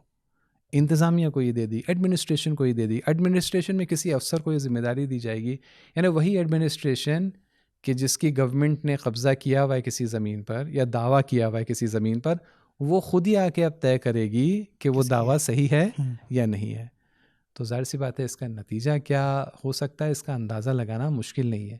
جب کوازی جوڈیشل باڈی تھی وقف ٹرائیبیونل تو ناجائز قبضے چھڑوانے میں اتنی ناکام ہے, نئے قبضوں کو روکنے میں اتنی ناکام ہے. اب آپ سوچئے کہ یہ کوازی جوڈیشل باڈی ختم ہو جاتی ہے اور ایڈمنسٹریشن اور انتظامیہ کے ہاتھ میں یہ پورا چلا جاتا ہے. تو ایسا لگ رہا ہے کہ اس ایکٹ نے کافی طریقے سے کئی کلازز میں ایسے چینجز کیے ہیں کہ گورنمنٹ اونرشپ, گورنمنٹ قبضہ, کنٹرول آ جائے, اور پھر اس کے بعد گورنمنٹ کیا کرتی ہے, اپنے پاس رکھتی ہے یا کچھ خاص اس کے نزدیک کچھ سرمایہ دار افراد ہیں ان کو تقدیم کیا جائے گا, ان کو پیش کی جائے گی یہ زمین وغیرہ, وہ آگے کی کہانی ہے. کہ ظاہر سی بات ہے کہ اس ایکٹ میں اس کے بارے میں کوئی براہ راست گفتگو نہیں ہے. یہ ساری باتیں یہاں پر آپ نے کی اور بتایا کہ کیا کیا چیزیں ہو سکتی ہیں اور کیا ہونے والی ہیں, جبکہ یہ بل پاس ہو چکا ہے, اب وہ ایکٹ بن چکا ہے. جی اور مکمل طور پر اس کے اثرات بھی کہیں کہیں دکھنے لگے ہیں ہم کو شرپسند عناصر کی طرف سے. اور یہ وہ لوگ ہیں کہ جو یہ کہا کرتے تھے کہ وقف بورڈ کے پاس اتنا پاور ہے کہ وہ جس کی بھی زمین کے اوپر چاہے وہ قبضہ کر سکتا ہے. اب اس بل کے آنے کے بعد اب وقف بورڈ کے پاس یہ پاور نہیں رہے گا. اس کی کیا حقیقت ہے؟ یہ بڑی دلچسپ بات, یہ جو وقف بورڈ کے بارے میں یہ جو تصور بنایا گیا اور پھیلایا گیا, یہ ہندوستان پروپیگنڈا کیا گیا. یہ جو ہندوستان کی جو حیرت انگیز فیک نیوز انڈسٹری ہے, واٹس ایپ یونیورسٹی ہے, جو بھی آپ اس کو نام دیں, جو نام دیں کم ہے. واقعی ایک حیرت انگیز ایک اسٹیبلشمنٹ ہے, افسوسناک لیکن حیرت انگیز اسٹیبلشمنٹ ہمارے ملک میں قائم ہوا ہے انہی شرپسند طاقتوں کے ذریعے. اس فیک نیوز انڈسٹری نے اس نیریٹو کو بڑی کامیابی سے بڑی کم مدت میں پھیلایا ہے, بڑے خوفناک انداز سے اس کو پھیلایا ہے, اور یہ تصور پیدا کر دیا ہے کہ مثال کے طور پر وقف بورڈ ایک چیز ہے, اس میں چند خوفناک خطرناک قسم کے مسلمان بیٹھے ہیں, شاید مولانا ہوں, مولوی بیٹھے ہوئے ہوں, کیونکہ آپ جانتے ہیں کہ ہمارے ملک میں شاید مولوی سے زیادہ جو ہے منفور کسی چہرے کو اور نہیں بنایا گیا ہے. یہ بھی ایک سازش کے تحت ظاہراً ہو سکتا ہے. جی, مسلمان منفور تو بنائے گئے, نفرت کا نشانہ بنائے گئے, لیکن مسلمان مولوی جو ہے وہ تو ایک الگ ہی لیول کی نفرت اس کے خلاف بنائی گئی ہے. اور بہرحال تو ایک تصور یہ بنا ہے لوگوں کے ذہن میں ہو گیا ہے, چند مسلمان بیٹھے ہیں وقف بورڈ, شاید بہت سارے مولوی ہیں, وہ اپنی بڑی بڑی داڑیاں لیے ہوئے اپنا سب جو ہے عیاشی کرتے ہوئے وہاں بیٹھے ہوئے ہیں, اور وہ روز طے کرتے ہیں کہ کس کی میں زمین کھا جاؤں. ہاں, اور قانون ایسا بنائے کہ وہ بس کہتے ہیں کہ اس کی زمین آج, اس کی زمین, وہ گاؤں, وہ مندر, وہ ہم کھائیں گے, اور یہ ہوگا, اور کوئی کچھ نہیں کر سکتا کیونکہ قانون جو ہے وہ ایسے ہی بنا کر ان کے ہاتھوں میں دے دیا گیا. یہ تصور پیدا کیا گیا ہے اور بڑے کم مدت میں کیا پیدا کیا ہے. میں نے پہلے بھی عرض کیا کہ برخلاف یونیفارم سول کوڈ وغیرہ جو ڈیکیڈ سے, دسیوں سال سے, دہائیوں سے اس پر کام ہوا, یہ بہت کم مدت میں اس پر کام کیا ہے فیک نیوز انڈسٹری نے, اور بہت اثر انداز رہا ہے اس کم مدت میں. تو یہ تصور ہے. حقیقت کیا ہے؟ حقیقت یہ ہے کہ سب سے پہلے تو وقف بورڈ ایک سرکاری باڈی ہے, ایک اسٹیٹیوٹری ادارہ ہے, ٹھیک. وقف بورڈ میں کوئی آ نہیں سکتا سوائے اس کے کہ حکومت کی رضایت ہو. اکثر ممبر تو وقف بورڈ کے حکومت ڈائریکٹ اپوائنٹ کرتی ہے. جو اپوائنٹ نہیں ہوتے ہیں, اگر حکومت نہیں چاہتی وہ آ نہیں سکتے, وہ روک لے گی, ان کے پاس طریقے ہیں روکنے کے لیے. اور اگر وہ آ گئے وہ ٹک نہیں سکتے اگر حکومت نہ چاہے, ٹک نہیں سکتے وہ, ٹھیک. یہ فیکٹ ہے, یہ جو لوگ اوقاف کے امور کو جانتے ہیں ان کو پتہ ہے یہ بات. یہ لوگ بنیادی طور پر ایک طرح سے سرکاری ملازم ہیں. وقف بورڈ سرکاری, ہاں سب مسلمان ہوتے ہیں, اب تک تو یہ رہا ہے, مستقبل میں یہ بھی چینج ہونے والا ہے. مسلمان ہوتے ہیں لیکن سرکاری ہے, ملازمین ہے سرکاری. دوسری بات, یہ جو فلاں کی زمین لے لی, فلاں جگہ کو وقف قرار دے دیا, اس کا ایک پروسیجر ہے. سروے کمشنر وہ جائے گا, وہ سروے کرے گا, آن دا اسپاٹ رپورٹ وغیرہ بنائے گا. وہ خود ایک سرکاری ملازم ہوتا ہے. ڈسپیوٹ اگر ہو گیا, اس نے اگر کہا کہ فلاں زمین فلاں کھیت جو ہے وقف کا ہے, کسی نے اور نے کہا کہ نہیں یہ میری ذاتی زمین ہے, ڈسپیوٹ ہو گیا, بات جائے گی وقف ٹرائیبیونل کے پاس, کورٹ میں. وقف ٹرائیبیونل ایک کورٹ جیسی باڈی ہے, کوازی جوڈیشل باڈی, سرکاری باڈی ہے, اسٹیٹیوٹری باڈی ہے. جب چاہے سرکار, اسٹیٹ گورنمنٹ وقف بورڈ کو جو ہے وہ منحل کر سکتی ہے, سسپینڈ کر سکتی ہے, بھنگ کر سکتی ہے, تمام اوقاف کو اپنے ہی ڈائریکٹ کنٹرول میں لے سکتی ہے. اور بعض جگہ ایسا ہوا ہے, الیکشنز نہیں ہو پائے, یہ ہوا, کرائسس ہوا, اسٹیٹ گورنمنٹس نے پورے اوقاف اپنے اختیار میں سالوں تک لے لیے. تو پورا جو نظام تھا یا ہے, جو بھی کہیں, یہ بنیادی طور پر ایک گورنمنٹ نظام تھا. تو اگر یہ بدماشی جو وقف بورڈ کو نسبت دی جا رہی ہے, یہ دادا گیری اگر کوئی کر رہا تھا, اگر ہو رہی تھی, کہ اولاً تو نہیں ہو رہی تھی, لیکن اگر ہو رہی تھی تو اسٹیٹ گورنمنٹ کر رہی تھی. وہی الیکٹڈ اسٹیٹ گورنمنٹ کے جو عام لوگ, اکثر جو ہندوستان کے اکثر لوگ غیر مسلمان ہیں, اس حکومت میں غیر مسلمان آتے ہیں, بہت سارے ایسے آتے ہیں ایسی پارٹیوں سے جو ایک مسلمان کو بھی ٹکٹ نہیں دیتے, وہ جیت کے آتے ہیں, ان کے اختیار میں ہے یہ سارے وقف بورڈز اور وقف ٹرائیبیونلز وغیرہ. تو اگر یہ سب یہ کار کر پا رہے تھے تو کیسے کر پا رہے تھے ان حکومتوں کے تحت.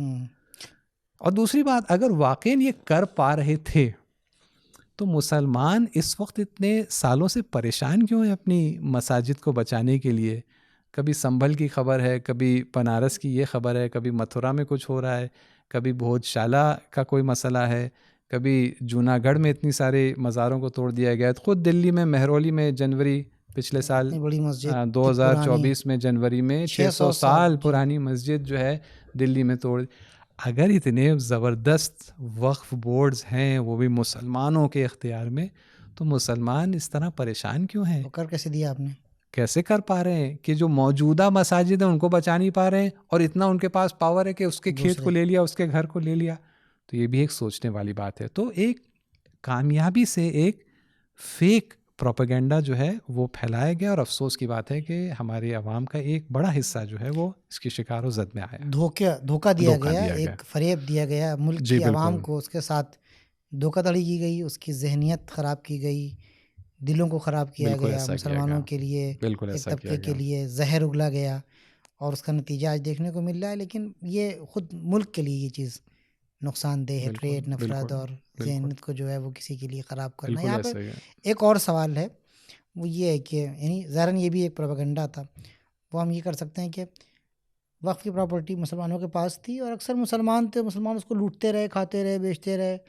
تو اب تو بہتر یہ ہے کہ جو یہ لٹیرے ہیں ان سے ہم وقف لے لیں, اس کو اپنے پاس لے لیں.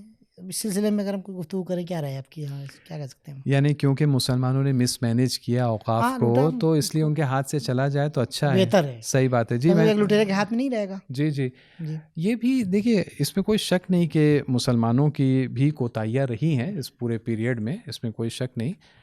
لیکن یہ تو یہ تصور کہ جو ہو رہا ہے پھر اچھا ہے, یہ تو دیکھیے اس تصور کی طرح ہے. اگر میں تشبیہ کروں, جی, ہندوستان میں انگریزوں کی حکومت کا دور بہت برا دور گزرا ہے, ٹھیک. ہندوستان میں جو مسلمان دشمن طاقتیں, وہ ان کے علاوہ باقی سب لوگ اس چیز کو مانتے ہیں کہ انگریزوں کا دور جو ہے بہت برا دور رہا ہے. ملک کو لوٹا گیا ہے. اوقاف تو ایک چیپٹر ہے اس پوری کہانی کا, کیا کیا اور نہیں ہوا ہے, بھوک مری اور کیا کیا ہمارے ملک میں. ٹھیک, ہندوستان میں مسلمانوں نے ہندوستان میں انگریزوں نے کب ٹیک اوور کرنا شروع کیا؟ 18ویں صدی میں. ٹھیک, 1757 میں انہیں نے ٹیک اوور کرنا شروع کیا. جس زمانے میں انگریزوں نے ٹیک اوور کرنا شروع کیا, اس زمانے میں کیا انڈیا میں کوئی پرابلمز نہیں تھے؟ یقیناً تھے. انڈیا کوئی جنت تھوڑی تھا اس زمانے میں. انگریزوں کا دور بہت برا ہوا, اس سے پہلے کا دور بہتر تھا انڈینز کے لیے بالعموم, لیکن کوئی آئیڈیل دنیا تو نہیں تھی اس زمانے میں. اس زمانے میں بھی اختلاف تھے, کمزوری تھے, بے ایمانیاں تھیں, آپسی جھگڑے تھے, سب کچھ تھا. تو کیونکہ اس زمانے میں انگریزوں سے پہلے نالائقیاں ہمیں دیکھنے کو ملتی ہیں, کیا ہم یہ کہیں گے کہ بہت اچھا ہوا کہ انگریزوں نے انڈیا کو ٹیک اوور کر لیا؟ کوئی ایسا نہیں کہے گا, کوئی ایسا نہیں کہے گا. کیونکہ اگر کچھ کمزوریاں اور کمیاں پائی جاتی ہیں, اس کا علاج یہ نہیں کہ اس سے 10 برابر بری صورتحال کو ہم قبول کریں یا استقبال کریں. ہاں, استقبال کریں یہ کہہ کر کہ کیونکہ پچھلی صورتحال میں کچھ برائیاں پائی جاتی تھیں یا کمزوریاں پائی جاتی تھیں, کوتاہیاں پائی جاتی تھیں, تو آؤ اس سے 10 گنا بدتر صورتحال کو ہم اچھا مانیں. تو کوئی نہیں مانتا ہے. تو گرچہ بعض جگہوں پر دیکھا گیا کہ مسلمانوں کی بھی کوتاہیاں رہی ہیں اوقاف کے سلسلے میں, یہ کوئی دلیل نہیں بنتی کہ ہم ایک ایسے نظام کا استقبال کریں, ایک ایسے امینڈمنٹ ایکٹ کا ہم استقبال کریں کہ جو ممکن ہے حالات کو کئی گنا بدتر بنا دے یہاں سے. جی, تو یہاں پر ایک اب ہم جو ہے وہ وارد ہو رہے ہیں, 2-4 سوال اور ہم آپ سے کریں گے. جی ضرور ضرور. تھوڑا سا حساس ہے وہ سوال, وہ یہ کہ تو پھر یعنی اگر یہ جو ایکٹ آیا ہے اوقاف کے سلسلے میں, اگر اس کا کوئی فائدہ نہیں ہے تو اس کو لانے کا مقصد کیا ہے, کیوں لایا گیا ہے؟ یہ اس ایکٹ پہ تو لکھا ہے کہ اس کا مقصد ہے اوقاف کو فائدہ پہنچانا, مسلمانوں کو فائدہ پہنچانا. ابھی تک کی جو بات ہماری ہوئی ہے کہ اس کا کوئی فائدہ ظاہر نہیں ہے. بالکل, مسلمانوں کو دعویٰ یہ کیا جا رہا ہے کہ یہ مسلمانوں کے فائدے کے لیے ہے, لیکن ہر سمجھدار انسان سمجھتا ہے کہ اس کا فائدہ نہیں ہوگا, نقصان زیادہ ہوگا. تو مقصد کیا ہے یہ آپ پوچھ رہے ہیں. جی, میں پلٹ کے آپ سے سوال پوچھتا ہوں, سی اے قانون کا مقصد کیا تھا؟ کون سا بڑا کرائسس یا پرابلم تھا کہ جو سی اے قانون نے سالو کیا؟ کون سی وہ ضرورت تھی جس کو سی اے قانون نے پورا کیا؟ پھر بھی اس کو کتنے شور شرابے کے ساتھ اور کتنا جو ہے ڈھنڈورا پیٹ کے اس کو جشن کے طور پر پاس کیا گیا. آرٹیکل 370 کو جو ختم کیا گیا جی کانسٹیٹیوشن میں سے, کون سی وہ اتنی بڑی ضرورت تھی کہ جس کی وجہ سے جس کو پوری کرنے کے لیے اس آرٹیکل کو ختم کیا گیا؟ فارم لاز جو لائے گئے تھے اور پھر بعد کسان کالا قانون, جی 3 جو قانون لائے گئے تھے جو کسانوں سے اور زراعت سے متعلق تھے, اور پھر بعد میں ایک لمبا پروٹیسٹ ہونے کے بعد میں تینوں کو جو ہے پھر واپس لیا گیا, ریپیل کیا گیا. یہ کون سی ضرورت اور کس نیڈ کے تحت لائے گئے تھے؟ جو بھی جواب ان سوالات کا آپ دیں گے وہیں پر آپ کو اس کا بھی جواب مل جائے گا کہ جب یہ قانون کوئی فائدہ نہیں پہنچا رہے ہیں تو آخر کیوں لائے جا رہے ہیں.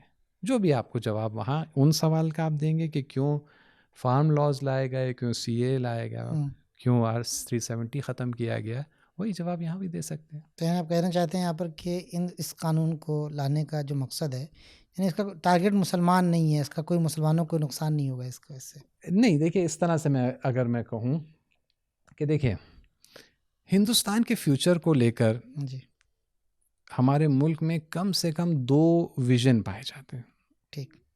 ٹھیک, ایک ویژن ہے مثال کے طور پر ہمارا اور آپ کا, مسلمانوں کا ایک ویژن ہے. ٹھیک, مسلمانوں کا ایک ویژن ہے ہندوستان کے فیوچر کو لے کر, اور اکثر ہندوستانی ان کے ساتھ اس ویژن میں ہم نظر ہیں, ان سے ملتا جلتا ویژن رکھتے ہیں. وہ کیسا ہے؟ ایک ایسا فیوچر ہے, ایک ویژن ہے انڈیا کے لیے فیوچر میں کہ جس میں عدل اور انصاف عام ہو. بے شک. ٹھیک, علم اور عقلانیت عام ہو. ٹھیک, اخلاق اور تہذیب جس میں عام ہو, جس میں برابری اور مساوات اور برادری اور محبت اور بھائی چارگی عام ہو. امیر اور غریب کا فاصلہ کم سے کم ہو، عزت عام ہو، ہر عام آدمی کو عزت نصیب ہو، عزت کی زندگی نصیب ہو. یہ اس قسم کا ویژن، یہ مسلمانوں کا ویژن ہے انڈیا کے لیے، انڈیا کے فیوچر کے لیے. بے شک. اور اکثر ہندوستانی اس ویژن میں مسلمانوں کے ساتھ ہیں، اور مسلمان ان کے ساتھ شریک اور ہیں. مسلمان ان کے ساتھ اس میں ایک شریک ہیں. آئیڈیل سوسائٹی، ایک آئیڈیل سوسائٹی جی. اس سلسلے میں کامن ویژن ہے. لیکن یہ تنہا ویژن نہیں ہے ہندوستان کے فیوچر کے لیے. ہندوستانی معاشرے میں ایک طبقہ پایا جاتا ہے. اچھا. ایک چھوٹا سا طبقہ پایا جاتا ہے. یہ جو ویژن ہے یہ ایک کچھ الگ لوگوں کا ایک اور ہے. جی میں نے کہا کم سے کم 2 ویژن ہیں انڈیا کے. اچھا، میں سمجھ رہا تھا کہ مسلمان اور وہ ان کے ساتھ جو لوگ شریک ہیں. نہیں، ان میں یہ کامن ویژن ہے. ہو سکتا ہے ڈیٹیلز میں کچھ اختلاف رائے ہو، لیکن کلی طور پر جنرل سینس میں ایک ویژن ہے. یہ دونوں کا ایک ویژن ہے، مسلمان اور نان مسلمس کا، کہ ایک آئیڈیل سوسائٹی ہو. جی اس کے مقابلے میں ایک اور ویژن ہے. اس کے مقابلے میں ایک اور ویژن ہے. ہندوستان کی آبادی کے ایک چھوٹے سے حصے کا، ایک کوئی خاص طبقے کا، کچھ خاص تنظیموں ہو سکتی ہیں، ان کا ایک ویژن ہے. کہ یہ ویژن بہت ہی مختلف ہے. اس ویژن میں کیا ہے؟ اس ویژن میں ہندوستان جو فیوچر کا ہندوستان ہے، مستقبل کا ہندوستان ہے، اس میں جہالت اور اگنورنس اپنے پیک پر ہے. اس کے اندر امیر اور غریب کا فاصلہ اپنے پیک پر ہے. حد درجہ اس میں تفرقہ پایا جاتا ہے. یعنی آپ وہ جو ابھی پہلا والا ویژن بتایا اس کے جسٹ اپوزٹ. جی بالکل آپ اچھا کہہ رہے ہیں، بالکل جسٹ اپوزٹ. اس میں جو آپ چیزیں، پہلا والا جو مسلمانوں کا ویژن ہے جس میں دوسرے اکثر ہندوستانی ان کے ساتھ شریک ہیں، اس میں جو بھی پوائنٹ آپ اس کا اپوزٹ تصور کر لیں تو یہ دوسرا ویژن. حد درجہ جہالت، تفرقہ، امیر و غریب کا فرق، خواتین پر ظلم و مظالم، کمزور لوگوں پر ظلم کرنا اور اس ظلم کو دکھانا، لوگوں کو مزہ آنا، اس میں ظلم کرنے میں بھی مزہ آنا اور پبلک کو دیکھنے میں بھی مزہ آنا. استغفر اللہ. کہ اگر کوئی کسی کمزور پر ظلم کر رہا ہے، اور یہی اگر کوئی طاقتور ہو جائے اس کے سامنے ایک دم سجدہ ریز ہو جانا، اس قسم کا. ہاں، اسی فرد کے ذریعے جو ظلم پہلے کرے گا کمزور پہ، وہی فرد جو ہے طاقتور کے سامنے. یہ اخلاق کا، یہ ذہنیت کا عام ہونا، یہ ویژن، یہ ہندوستانی پبلک میں اس قسم کی ذہنیت عام ہو. خرافات، سپرسٹیشنز وغیرہ کا عام ہونا معاشرے میں. ٹھیک. اور یہ سب کچھ عام ہونے کے ساتھ ساتھ ہندوستانی معاشرے میں، ہندوستانی معاشرے کی ایک اکثریت کا یہ ماننا کہ ہمارے اچھے دن آ گئے، ہم وکست ہو گئے ہیں، ہم تو وشو گرو بن گئے ہیں، امرت کال آ گیا ہے، ڈنکا بجا دیا. اور جب ان کو اشارہ کیا جائے تو شام کو اتنے بجے تھالیاں بھی بجا دیں. یہ ویژن ہے، یہ ویژن ہے جو مسلمانوں کے ویژن کے برخلاف ہے، مسلمانوں اور اکثر ہندوستانیوں کے ویژن کے برخلاف ہے. تو یہ 2 ویژن پائے جاتے ہیں.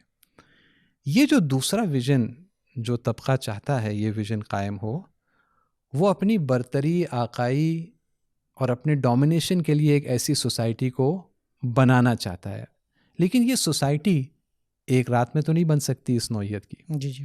اور اگر وہ بتائے گا کہ ہمارا ویژن یہ ہے تو ظاہر سی بات ہے کہ ہمراہی نہیں کوئی کرے گا ان کے ساتھ. جو عام پبلک ہے وہ تو نہیں کریں گے. تو اس لیے اسے لوگوں کے ذہنوں کو الجھائے رکھنا ہے، فیک دشمن سامنے کریٹ کر کے اصلی دشمن کے اوپر پردہ پڑا رہے.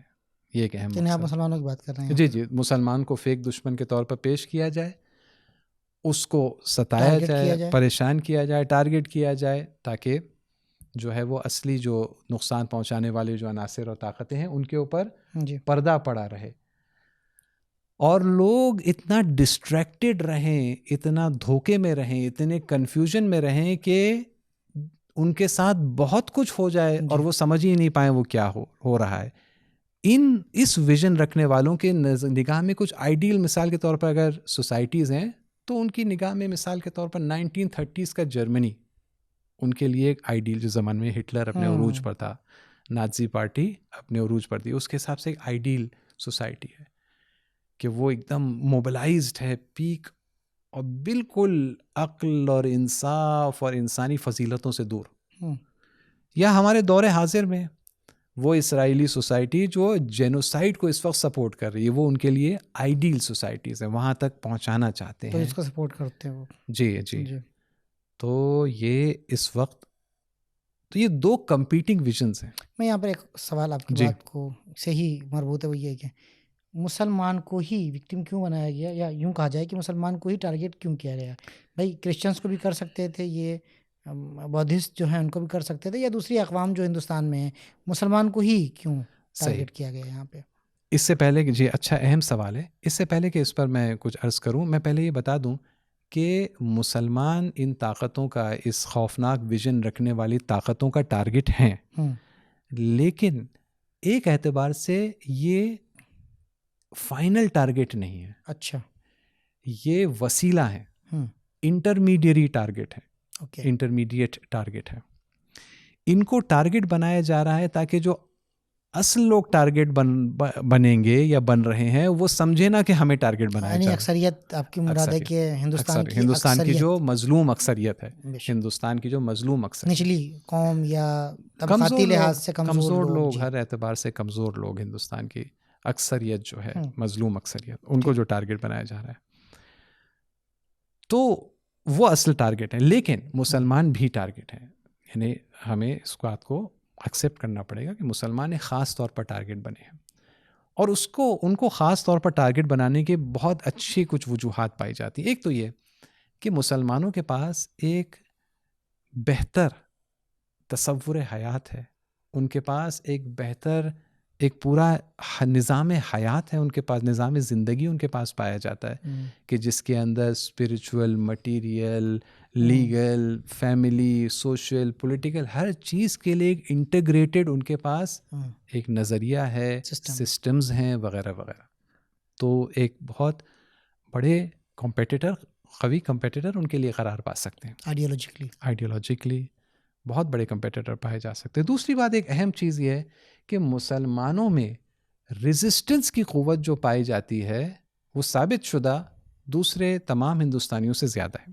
تو اقوام سے ہندوستانی دوسری جو اقوام ہیں, دوسرے جو گروپس ہیں, ان سے زیادہ ہے. نہ صرف ریزسٹنس کرنے کی قوت بلکہ دوسروں کو اس ریزسٹنس میں لیڈ کرنے کی قوت بھی دوسروں سے زیادہ پائی جاتی ہے. مثال کے طور میں مثالیں دیتا ہوں. 1857 کا جو اتنا اہم جو ہندوستان میں قیام رہا,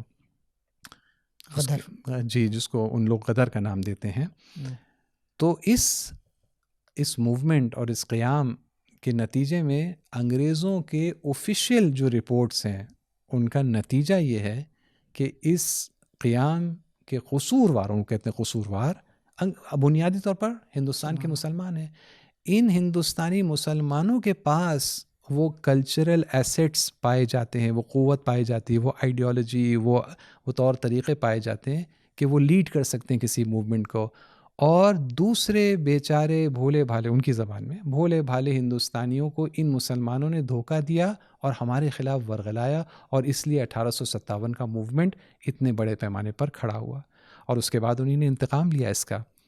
انہی نے مسلمانوں کی پراپرٹیز کو زیادہ ٹارگٹ کیا, مسلمانوں کو زیادہ قتل کیا 1857 میں. یا ایک مثال دلی کی, دلی میں ایک عرصے تک 2 سال تک تقریباً جب ختم ہو گئی لڑائی, نان مسلمس کو واپس آ کے بسنے دیا دلی میں, لیکن مسلمانوں کو ایک لمبے عرصے تک اور نہیں آنے دیا دلی میں بسنے کے لیے. اور جب وہ آئے تو انہی نے دیکھا کہ ان کے محلے برباد ہو چکے ہیں, یعنی اس زمانے کے حساب سے بلڈوزر چل چکے ہیں اس پر. انہی نے دیکھا کہ ان کی مساجد جو ہیں وہ دوسروں کو بیچ دی گئی, ان کی حویلیاں بن گئی ہیں. یہ انہی نے آ کر دلی میں آنے کے بعد پایا, اور ایسے ہی وہ مجبور رہے اس کو ایکسیپٹ کرنے میں. 1857 میں 1920 میں نان کوآپریشن موومنٹ اور خلافت موومنٹ ایک کمبائنڈ موومنٹ تھا. لیکن آپ جا کے اس زمانے کا لٹریچر دیکھیے, اس کا جو انجن تھا اس موومنٹ کا وہ مسلمان کمپوننٹ تھا اس کا. گاندھی جی نے مسلمانوں کی ایک موومنٹ میں جا کے اپنے آپ کو جوڑا اور کانگریس کو جوڑا ہے. موومنٹ مسلمان شروع کر چکے تھے, بہترین ساتھی جو تھے وہ مسلمان ایلیٹس. بالکل بالکل, بہت اچھا مضبوط موومنٹ. اس نے جو ہے چولے ہلا دی تھی انگریزی نظام کے اس زمانے میں, ایک دم فاؤنڈیشن ہل کر رہ گئی تھی. تو اس میں ہم دیکھتے ہیں ریزسٹنس کرنے کی زیادہ قوت اور دوسرے انڈینس کو لیڈ کرنے کی قوت ان کے اندر ریزسٹنس. جذبہ ایجاد کرنا، ان کو ان کے بیدار اندر. کرنا، جگانا. ریزسٹنس کے بارے میں ابھی آپ نے کہا، تھوڑی سی وضاحت اگر اسی کی ہو جائے. جی میں اس پر بیان کروں گا. اور اگر حال ہی میں اگر ہم دیکھتے ہیں تو CNRC کی مثال آپ دیکھ لیجئے. شاہین باغ. شاہین باغ. جی جی جی. شاہین باغ جس کا سمبل بن گیا، جبکہ دسیوں شاہین باغ، سینکڑوں مقامات پر اس قسم کی باتیں اور ہو رہی تھی. ریزسٹنس کے بھی آپ نے معنی پوچھے، وہ اسی میں آپ دیکھ لیں. شاہین باغ میں کیا ہوا؟ شاہین باغ میں عورتیں اور بچے آئے نہتے، روڈ پر بیٹھ گئے. روڈ پر بیٹھ گئے، لیکن اس روڈ پر بیٹھ کر کیا کر رہے تھے؟ کبھی دعائیں پڑھتے تھے، کبھی تقریریں آپس میں کرتے تھے، کوئی ترانے پڑھتے تھے، باتیں کرتے تھے، کبھی نماز جماعت پڑھ لیتے تھے. اس کے علاوہ تو کچھ نہیں کر رہے تھے. نہ کسی کو کچھ برا بھلا کہنا، نہ کسی کے اوپر. کیونکہ میں ریزسٹنس کا مطلب میں نے اس لیے عرض کیا کہ اس سے جو مفہوم ذہن جو جاتا ہے وہ عام طور سے وہ اسلحے اٹھانا اور مقابلہ کرنا. نہیں، ریزسٹنس ایک بہت وائڈ کانسیپٹ ہے. CNRC میں جو شاہین باغ میں دیکھا وہ ریزسٹنس کی بہترین ایک شکل ہم نے دیکھی ہے. اور اس ریزسٹنس عورتوں، اس بچوں کے ایک دم پرامن اور پیسفل ریزسٹنس نے دیوانہ کر دیا دشمنوں کو، ان طاقتوں کو جو ہندوستان کے لیے وہ خوفناک ویژن رکھتی ہیں فیوچر کے لیے. ان کو دیوانہ کر دیا، یعنی بوکھلا گئے، یعنی کنٹرول میں نہیں آ رہا تھا ان کا غصہ اور ان کی بوکھلاہٹ. اس حالت میں پہنچا دی جبکہ کچھ نہیں کیا ان لوگوں نے، کچھ نہیں کیا. ابھی ہم کیا دیکھ رہے ہیں؟ ابھی یہ خبر آ رہی ہے، آج ہی کی خبر ہے، دوسرے ناظرین بھی ان میں سے اس میں واقف ہوں گے کہ ایک ضلع ہے شمال ہندوستان میں، وہاں کے SP نے یہ ایکشن لیا ہے کہ نماز جمعہ میں، جمعۃ الوداع میں جو گزر چکا ہے، جمعۃ الوداع میں کچھ نمازیوں نے مسجد کے اندر کالی پٹی اپنے بازوؤں پر باندھی تھی، کیونکہ وہ دیکھ رہے تھے کہ پاس ہو رہا ہے یہ امینڈمنٹ ایکٹ وقف کا. تو اپنے غصے اور ناراضگی اور افسوس کا اظہار کرنے ریزسٹنس کا اظہار کرتے ہوئے جی مسجد کے اندر. لیکن ان میں سے کتنوں کو جو ہے نوٹس آ گیا ہے کہ آپ آئیے، سنوائی کے لیے آئیے، آپ 2 لاکھ روپے کا بانڈ آپ دیجئے، آپ گارنٹی دیجئے کہ آپ یہ نہیں کریں گے. پریشان کیا جا رہا ہے. جی. یہ ایک پہلو اس کا یہ ہے کہ بیچارے مسلمانوں کو پریشان کیا جا رہا ہے. دوسرا رخ اس کا یہ ہے کہ مسلمانوں کے ریزسٹنس پاور سے خوف کھایا جا رہا ہے، ڈرا جا رہا ہے. اور ریزسٹنس آپ دیکھ رہے ہیں کتنا لاجیکل، کتنا پیسفل، کتنا پرامن، نہ کہیں کوئی وائلنس ہے، نہ کہیں پر کسی کو کچھ کہنا ہے. بالکل. اچھا، یہاں پہ ایک اور ہم کیا کہتے ہیں، تو معافی چاہتا ہوں، تو میں یہ عرض کر رہا تھا، تو مسلمانوں کو ٹارگٹ کرنے کی ایک بڑی وجہ یہ ہے کہ ان کے اندر یہ ریزسٹنس کا پہلو پایا جاتا ہے، اور وہ ممکن ہے اپنے ریزسٹنس کے ذریعے اس اکثریت کے جو ذہن پر جس طرح سے کام کیا جا رہا ہے، اس کو جھونکا جا رہا ہے ہر قسم کی جہالت میں، کنفیوژن میں، اور اپنے فائدے و نقصان کو نہیں سمجھنا، آنکھوں میں دھول جھونکی جا رہی ہے. مسلمانوں کے ریزسٹنس میں یہ طاقت ہے کہ ان کے سامنے حقائق کو اور فیکٹس کو ذرا سا روشن اور واضح کریں. یعنی یہاں پر مسلمان اس لیے بہت ٹارگٹ کیے جاتے ہیں. مولانا صاحب، ریزسٹنس والی جو آپ نے بات یہاں پر کہی وہ بہت امپورٹنٹ بات ہے. اس سے میرے ذہن میں ایک بات یہ آ رہی ہے، شاہین باغ کا جو، یا ابھی مسجد والا جو آپ نے مثال دیا، اس میں شاہین باغ ایک سمبل بن گیا، ایک نظیر، ایک مثال بن گیا ہندوستان کی تاریخ میں پروٹیسٹ اور ریزسٹنس اور مقابلہ اور ظالم کے سامنے اس کو بوکھلا دینے کے لیے، اس کو گھبراہٹ، اس کی خوفزدگی کی جو ہے ایک مثال بن گیا.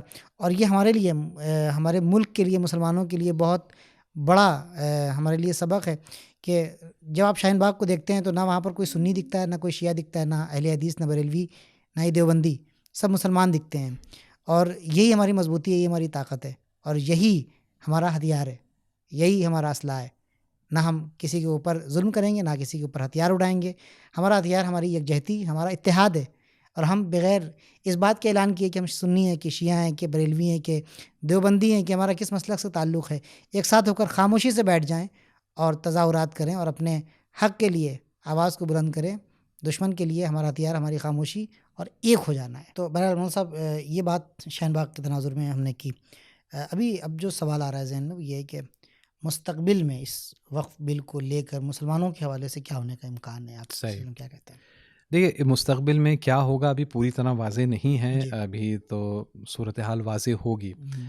ایک تو سوال یہ ہوتا ہے کہ مثال کے طور پر سپریم کورٹ میں کئی عرضیاں داخل کی جا رہی ہیں، کی گئی ہیں وغیرہ، اس کا کیا ہوگا وہ بھی مشکل ہے اس کا کوئی اندازہ لگانا. لیکن اب تک جو پچھلے یہ 8-10 سال کا جو ٹریک ریکارڈ رہا ہے سپریم کورٹ کا خاص طور پر، تو اس کی کم توقع ہے کہ سپریم کورٹ اس امینڈمنٹ بل میں کوئی خاص رکاوٹ پیدا کرے گا یا کوئی خاص تبدیلی لائے گا. ہو سکتا ہے کسی ایک آدھ کلاز میں کچھ کر دے، لیکن کوئی خاص وہاں سے کوئی بریک لگنے کی امید نہیں کی جا سکتی. اگر ہو جائے تو بہت اچھا، لیکن توقع نہیں کی جا سکتی.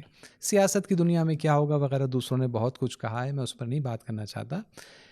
اصل چیز جو ابھی فیوچر میں دیکھنا ہے وہ یہ کہ اس وقف ایکٹ کے آنے کی وجہ سے اور اس پر زمینی جو اس کے اثرات ہونا جب شروع ہوں گے تو اس کے نتیجے میں مسلمانوں کے شعور اور بیداری کے سلسلے میں کیا فائدہ حاصل ہوتا ہے کہ نہیں، یہ دیکھنا اصل میں اب باقی ہے کہ وہ فائدہ اس فیلڈ میں یعنی یہاں پر فائدہ مل سکتا ہے مسلمانوں کو، آپ کہنا چاہتے ہیں؟ جی بالکل مل سکتا ہے، کیوں نہیں. اگر آپ مثالوں کو دیکھیں، مثال کے طور پر 1980s کے شروع میں اسرائیل نے لبنان پر حملہ کیا تھا، پورے ملک کو اپنے قبضے میں لے لیا، بہت بربادی مچائی، ٹھیک. لیکن اس کے مقابلے میں جو لبنیز نے، لبنان کے لوگوں نے، خاص طور پر وہاں کے شیعوں نے جو ریزسٹنس دکھایا، اس کے نتیجے میں حزب ایک سوشل موومنٹ ایجاد ہوئی جس نے اتنا اہم کردار نہ صرف لبنان میں بلکہ پورے ویسٹ ایشیا میں ادا کیا اور آج بھی ادا کر رہی ہے. یا ایران پر سینکشنز لگے ہیں، اسلامک ریولیوشن کے بعد سے لگتے ہی گئے، شدید سے شدید ہوتے گئے ہیں. اس سے نقصان پہنچا ہے، بالکل پہنچا ہے نقصان، لیکن اس کے فائدے بھی بہت رہے ہیں. ایران کتنے سارے چیزوں میں انڈیپینڈنٹلی اس نے اپنی ٹیکنالوجی کو ڈیولپ کیا ہے اور اب وہ بے نیاز ہے. کئی ساری فیلڈز میں وہ دوسروں کا محتاج نہیں رہا ہے، تو یہ فائدہ بھی ہوا ہے. تو ایسا ہوتا ہے کہ جب دشمن کوئی چال چلتا ہے، کوئی حملہ کرتا ہے، مسلمانوں کا دشمن، انسانیت کا دشمن، تو وہ فائدے جی تو کسی ملک پر، کسی سوسائٹی پر، تو پھر فائدہ بھی ہوتا ہے اس کا. اگر دیکھا جائے تو امریکہ اور ویتنام کی جنگ کی طرف اگر دیکھا جائے تو جی وہاں پر بھی یہ کہا جا سکتا ہے کہ ویتنام ایک پیریڈ میں کافی ایک انفلوئنشل اور اہم پلیئر میں تبدیل ہوا تھا، تو فائدہ بھی ہوتا ہے. مولانا صاحب، جو آپ نے ریزسٹنس کی یہاں پر بات کی، تو یہاں پر ہماری آڈینس میں سے کسی کے ذہن میں یہ بات آ سکتی ہے کہ حملہ جو ہوتا ہے وہ فائدہ مند ہوتا ہے، پھر ریزسٹنس کی قوت پیدا ہوتی ہے، اس لیے جو یہ وقف بل آیا ہے اس کا مسلمانوں کو ویلکم کرنا چاہیے، استقبال کرنا چاہیے، کیونکہ اس کا آگے فائدہ دکھے گا ہمیں. نہیں، یہ تو ایک باریک بات ہے، اس کو ذرا توجہ، یعنی آڈینس سے گزارش ہے کہ اس پر توجہ کریں. یہاں یہ نہیں کہا جا رہا ہے کہ دشمن جب کوئی چال چلتا ہے، کوئی حملہ کرتا ہے تو اس کا فائدہ ہوتا ہے، بلکہ یہ کہا جا رہا ہے کہ اگر ہمیں نشانہ بنایا جاتا ہے اور ہم اس حملے کے مقابلے میں مناسب قسم کا ریزسٹنس اختیار کرتے ہیں، مناسب قسم کا، جیسے کہ CNRC میں ہم نے کیا، جی شاہین باغ اس کی مثال ہے. جب مناسب قسم کا ریزسٹنس ہم اختیار کرتے ہیں تو فائدہ ہوتا ہے، ورنہ اگر ریزسٹنس نہیں اختیار کیا گیا یا نامناسب قسم کا ریزسٹنس اختیار کیا گیا تو فائدہ نہیں ہوگا بلکہ نقصان ہوگا اس حملے کا. تو یہاں پر جو میں عرض کر رہا تھا کہ فیوچر میں کیا ہوگا یہ دیکھنا ہے. میں نے کہا کہ یہ دیکھنا ہوگا کہ مسلمانوں کے شعور اور بیداری اور ارادے میں فائدہ ہوگا کہ نہیں، تو وہ اس پر منحصر اور ڈپینڈنٹ ہے کہ مسلمان صحیح نوعیت کا، صحیح قسم کا جو ہے ریزسٹنس اس حملے کے مقابل میں اختیار کرتے ہیں کہ نہیں. ریزسٹنس کا کردار ہے. تو یہاں پہ اس کا جو ہے وہ وقف سے کیا تعلق ہو سکتا ہے؟ دیکھیے، وقت سے کیا تعلق ہو سکتا ہے، یہ تو اہم ترین سوال یہ ہے کیونکہ ابھی واضح نہیں ہے کہ یہ حملہ اب لا تو بن گیا ہے، جی ٹھیک، لیکن لا کے مثال کے طور پر ابھی رولز نوٹیفائی نہیں ہوئے، اور زمینی طور پر یہ کہاں اپلائی ہوگا، کیسے اپلائی ہوگا، کس شدت سے اپلائی کیا جائے گا، یہ ابھی واضح نہیں ہے. یہ وقت کے ساتھ پتہ چلے گا. ہو سکتا ہے کہ چند دن میں ہی پتہ چل جائے، چند دنوں میں، چند ہفتوں میں، یا شاید چند مہینے لگے. تو جس طرح سے یہ صورتحال سامنے آئے گی تو اس کے نتیجے میں جو ہے وہ ریزسٹنس کا موقع بھی اسی اعتبار سے ڈیولپ ہوگا. اور اس میں ہمارے مختلف جو قومی رہنما ہیں وہ ویسے ایک واقعاً اس وقف بل کے ہی دور میں ایک بہت قابل تعریف بات یہ رہی ہے کہ مسلمان رہنماؤں نے بہت جد و جہد کی اس اگست میں جب یہ پہلی بار یہ امینڈمنٹ پیش کیا گیا تھا اور اب جا کے اپریل میں جو پاس ہوا ہے, اس کے بیچ میں تقریباً 6 مہینے کا جو فاصلہ تھا, اس میں کافی محنت کی ہے اور آمادگی ان کے اندر محسوس ہوتی ہے کہ اگر ریزسٹنس کا مرحلہ آتا ہے تو وہ ایک مناسب کردار ادا کریں گے. تو اس وقت ان کو سپورٹ کرنا, وہ لوگ جو ریزسٹنس میں آگے ہیں ان کو سپورٹ کرنا, ان کی حمایت کرنا, یہ سب وہ موقع ہیں کہ جو آگے آئندہ دنوں میں واضح ہوں گے کس نوعیت کے اور کس کیفیت کے مواقع اور اپرچونٹیز فراہم ہو رہی ہیں بیداری کو بڑھانے کے لیے, شعور کو بڑھانے کے لیے اور ریزسٹنس کے اس پروگرام میں شرکت کرنے کے لیے. ابھی پریڈکٹ کرنا جو ہے وہ تقریباً ناممکن ہے, کم سے کم مجھ جیسے کے لیے. تو یہ بیداری جو ہے اس سلسلے میں ہم کہیں کہ یہاں پر صرف ری ایکٹیو جو ریزسٹنس ہے وہی ہوگا, یا آگے چل کے نہیں ہم کو پرو ایکٹیو جو ہے وہ ریزسٹنس کی طرف جانا ہوگا, یا پھر آگے اگر ہم جائیں یعنی مقابلہ کرتے رہیں, اپنی بات آواز اٹھاتے رہیں اس کے مقابلے میں, صحیح, یہ بھی نہیں, ایک اقلیت میں مائنورٹی ہیں ہم, اور چونکہ مائنورٹی ہم اس بات کو تسلیم کر لیں اور اس کے بعد اس کے مقابلے میں ہونے والے جو ظلم ہیں ان کو ہم جھیلتے رہیں. ان 3 باتوں میں سے آپ کیا کہنا چاہیں گے, کیا وضاحت؟ دیکھیے آپ نے بہت اچھا کہا کہ ریزسٹنس ہو سکتا ہے کہ ری ایکٹیو ہو سکتا ہے پرو ایکٹیو ہو. ری ایکٹیو یعنی نیگیٹو وہ اس طرح سے ہے کہ بھائی کوئی چیز ہو رہی ہے, ہم کہیں گے نہیں ہم اسے قبول نہیں کرتے, ہم اس کو منع کرتے, ہم اسے ریجیکٹ کرتے. ٹھیک, CNRC میں یہی تھا, CNRC میں ہم نے ریجیکٹ کیا. ٹھیک, تو یہ ایک نیگیٹو ریزسٹنس یعنی ری ایکٹیو ریزسٹنس تھا اور یہ بہت اچھا تھا, اس مرحلے کا تقاضا یہی تھا. لیکن اس کے بدلے میں کوئی پرو ایکٹیو کوئی آپشن ہم نے آفر نہیں کیا ایک مطالبے کی شکل میں کہ یہ ہونا چاہیے, کہ یہ بھی ہونا چاہیے. مثال کے طور پر اگر آپ فارم لاز میں آ کر دیکھیں تو آپ دیکھیں 2 قسم کے آپ کو وہاں پر ملتے ہیں. انہی نے کہا کہ ہمیں منظور نہیں ہے یہ 3 قانون, اس کے بدلے میں کہا کہ MSP ہونی چاہیے. ٹھیک, اور بھی دوسرے کچھ مطالبات انہی نے رکھے. تو وقف کے سلسلے میں کیا صرف ہمارے پاس یہی ایک آواز اور مطالبہ ہے کہ ہمیں یہ منظور نہیں, یہ منظور نہیں, یہ ہمارے پاس کوئی بہتری بھی ہے, کیونکہ ہم خود اعتراف کر رہے ہیں اور اقرار کر رہے ہیں کہ اس وقف امینڈمنٹ ایکٹ سے پہلے بھی اوقاف کی صورتحال بہت بری تھی, جو سب جانتے ہیں, سب اس کا اقرار کریں. بہت اہم سوال ہے. تو یہاں پر میں یہ عرض کرنا چاہوں گا کہ جی ہاں, ہمارے پاس اس مسئلے میں نیگیٹو یا ری ایکٹیو ریزسٹنس کے علاوہ بھی کچھ پلان ہونا چاہیے. اور میرے خیال میں وہ پلان ہمارا بہت مشکل نہیں ہے اس کا تصور کرنا. اس کی وجہ کیا ہے؟ ہمارے ہی ملک میں ایک اور اقلیت کم سے کم ہے کہ جس کا اپنے مذہبی اداروں, اپنے جو اس کے ریلیجس انسٹیٹیوشنز ہیں, اس کو مینیج کرنے کا ایک نظام ہے کہ جو ہمارے لیے اس میں کچھ سیکھنے کے لیے پایا جا سکتا ہے. پہلے میں واضح کر دوں کہ ہم اہل قبلہ ہم کسی اور کو مطلقہ طور پر اپنے لیے رول ماڈل نہیں سمجھتے ہیں کہ میں کہوں کہ ہم فلاں نان مسلم کمیونٹی کو ہر اعتبار سے اپنے لیے رول ماڈل سمجھیں. نہیں, یہ غلط ہے, یہ ہو نہیں سکتا. ایک پہلو میں کسی ایک چیز میں ہو سکتا ہے کوئی کمیونٹی ہم سے بہتر پرفارم کر رہی ہو یا اس کے پاس کوئی خوبی یا ایسٹ ہو اور ہمیں اس سے سیکھنا چاہیے اور اسے ریپلیکیٹ کرنا چاہیے. ہمارے ملک میں جو ہمارے سکھ برادران ہیں, جو ہمارے ملک کی مشکل سے 2% آبادی ہیں, ان کا جو اپنا نظام ہے اس کے بارے میں میں تھوڑی سی معلومات شیئر کرنا چاہتا ہوں. یہ بڑی کام کی چیز ہے. مثال کے طور پر پنجاب, ہماچل پردیش, چندی گڑھ, اس میں جتنے گرودوارے ہیں اور سینکڑوں کی تعداد میں, شاید پتہ نہیں, شاید ہزاروں کی تعداد میں, والا میں احتیاط سے کہہ رہا ہوں, سینکڑوں کی تعداد میں جو گرودوارے پائے جاتے ہیں, ان گرودواروں کو مینیج کرنے کے لیے ایک باڈی ہے جس کا نام ہے SGPC, شرومنی گرودوارا پربندھک کمیٹی. یہ کیسے تشکیل پاتی ہے؟ اچھا, اسی طرح ہریانہ کے لیے اب ایک الگ باڈی بن گئی ہے اور اس طرح سے, لیکن میں فی الحال یہ جو مین سب سے مشہور باڈی ہے جو پنجاب, ہماچل اور چندی گڑھ کے تمام گرودواروں کو دیکھتی ہے, یہ کیسے بنتی ہے؟ اس میں تقریباً 200 ممبر ہیں کہ جس میں سے بڑی میجورٹی 170 الیکٹ ہو کے آتی ہے. کون الیکٹ کرتا ہے انہیں؟ کیا گرودوارہ کے متولی ان کو الیکٹ کرتے ہیں؟ صرف نہیں, عام سکھ ان کو الیکٹ کرتے ہیں. عام سکھ یعنی عام سکھ سے مراد آپ کی انڈیا میں جو اس علاقے میں ان صوبوں جن صوبوں سے متعلق ہے یہ کمیٹی، وہاں کے عام سکھ ان کو الیکٹ کرتے ہیں. الیکشن کمیشن ان کا اپنا باقاعدہ الیکشن کنڈکٹ کرنے کے لیے.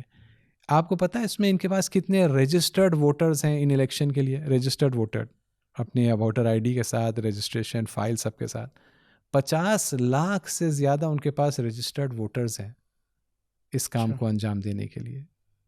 وہ بھی ہر شرائط نہیں، ان کے یہاں بھی کوئی شرائط نہیں ہے کہ مذہبی اعتبار سے فلاں معیار ہونا چاہیے. بہرحال وہ ان کا اپنا ہے. اور یہ الیکشنز ہوتے ہیں. یعنی کیا؟ اس نظام کو چلانے میں عام سکھ کا ایک مذہبی سکھ کا براہ راست کردار ہے. ایسا نہیں ہے کہ گرودوارے کوئی مینجمنٹ کی دنیا جو ایک الگ دنیا، اس میں چند لوگ چند متولی اسی کو اپنے درمیان جو ہے گھما رہے ہیں، ایک بورڈ ہے وہ یہ جیتا کبھی وہ جیتا کبھی. یہ نہیں ہے، عام لوگ انوالوڈ ہیں. تو انہیں عام لوگوں کی نظارت اس پر پائی جاتی ہے. ان کو عام لوگوں کے سامنے جو ہے جواب دہ ہونا پڑتا ہے. میں نہیں کہہ رہا ہوں وہاں پر کرپشن نہیں ہے، وہاں مشکلات نہیں ہے، وہاں بھی اس میں کمیٹی میں دوسرے زاویے سے مشکلات رہی ہیں. ادھر کچھ سال الیکشن بھی نہیں ہو پائے ہیں، مشکلات سے سروکار نہیں ہے فعلاً، لیکن نظام عوام پر بیسڈ ہے. اوقاف کے سلسلے میں ہمیں ایک ایسے نظام پر کی طرف بڑھنے کی ضرورت ہے کہ جس میں عام مسلمانوں کا پوری طرح سے انگیجمنٹ پایا جاتا ہو. ٹھیک. جبکہ فی الحال ایسا نہیں ہے. ممکن ہے یہی جو بیداری کے ساتھ ریزسٹنس آنے کا امکان ہے آئندہ چند مہینوں میں، سالوں میں، ہو سکتا ہے یہاں سے وہ عمومی ذہنیت پیدا ہو کہ وہ اس سمت میں لے جائے کہ عام مسلمان کہے کہ بھائی اوقاف کا مسئلہ میرا مسئلہ ہے، ہم سب کا مسئلہ ہے. ایک ایسا اس کے مینجمنٹ کا نظام ہونا چاہیے ہے کہ جو ہمارے ہاتھ میں ہے اور ہم سب اس میں انوالوڈ ہیں، ہم سب. میں یہاں پر یہ ایڈ کر دوں، میں نے عرض کیا کہ 20ویں صدی کے ابتدا میں مسلمان جو ویسٹرنائز مسلمان ایلیٹ تھی، اس نے مطالبہ کرنا شروع کیا برٹش گورنمنٹ سے کہ آپ قانون بنائیے، اوقاف کی صورتحال بری ہے، کچھ تو آپ کریے وغیرہ. اور تھوڑا بہت انگریزوں نے کیا. اسی زمانے میں سکھوں میں بھی ایک موومنٹ چلا تھا، آج سے تقریباً 100 سال پہلے. ان کا مطالبہ یہ تھا کہ ان گرودواروں کو قوم کے کنٹرول میں لانا چاہیے. ٹھیک ہے. وہ اپنے کام میں اسی زمانے میں کامیاب ہوئے. 1925 میں گرودوارہ ایکٹ پاس ہو گیا تھا.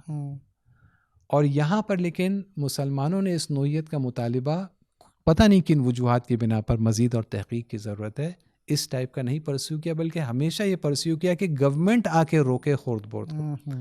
آزادی کے بعد بھی یہ ذہنیت باقی رہی ہے ہمارے ایلیٹ میں کہ ہمیشہ مسلمان جو ہے وہ حکومت کی طرف رجوع کر رہے ہیں کہ وہ آئیں اور اس پرابلم کو سالو کرے، جبکہ وہ خود جانتے ہیں کہ اس پرابلم کو پیدا کرنے میں خود حکومتوں کا بہت بڑا کردار ہے اور سالو نہ کرنے میں بہت بڑا کردار ہے. بڑی رکاوٹ خود حکومت ہے.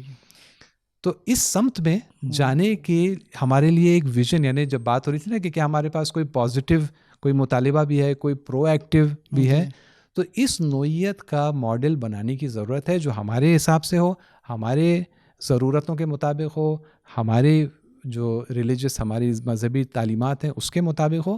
اور جب کہ دوسری ایک اقلیت ہے ہندوستان میں جس کے پاس ہے، تو بہت امید کی جا سکتی ہے کہ ہم لوگ بھی اس قسم کا کبھی نظام قائم کر سکتے ہیں. جی وہاں صاحب، آخری مرحلے میں ہم آ گئے اپنی گفتگو کے. ایک بہت اہم سوال یہاں پہ کرنے جا رہے ہیں ہم کہ اس وقت اگر آپ حالات دیکھیں تو مسلمان ہم کو ہندوستان میں ایک دلدل میں پھنسا ہوا نظر آ رہا ہے، اور اس کے لیے کوئی چارہ کار دکھائی نہیں دے رہا ہے. اگر وہ اب ہاتھ پیر نہیں مارتا ہے تو ویسے وہ دلدل میں ڈوب جائے گا، اگر ہاتھ پیر چلاتا ہے تو اور تیزی کے ساتھ وہ ڈوبے گا.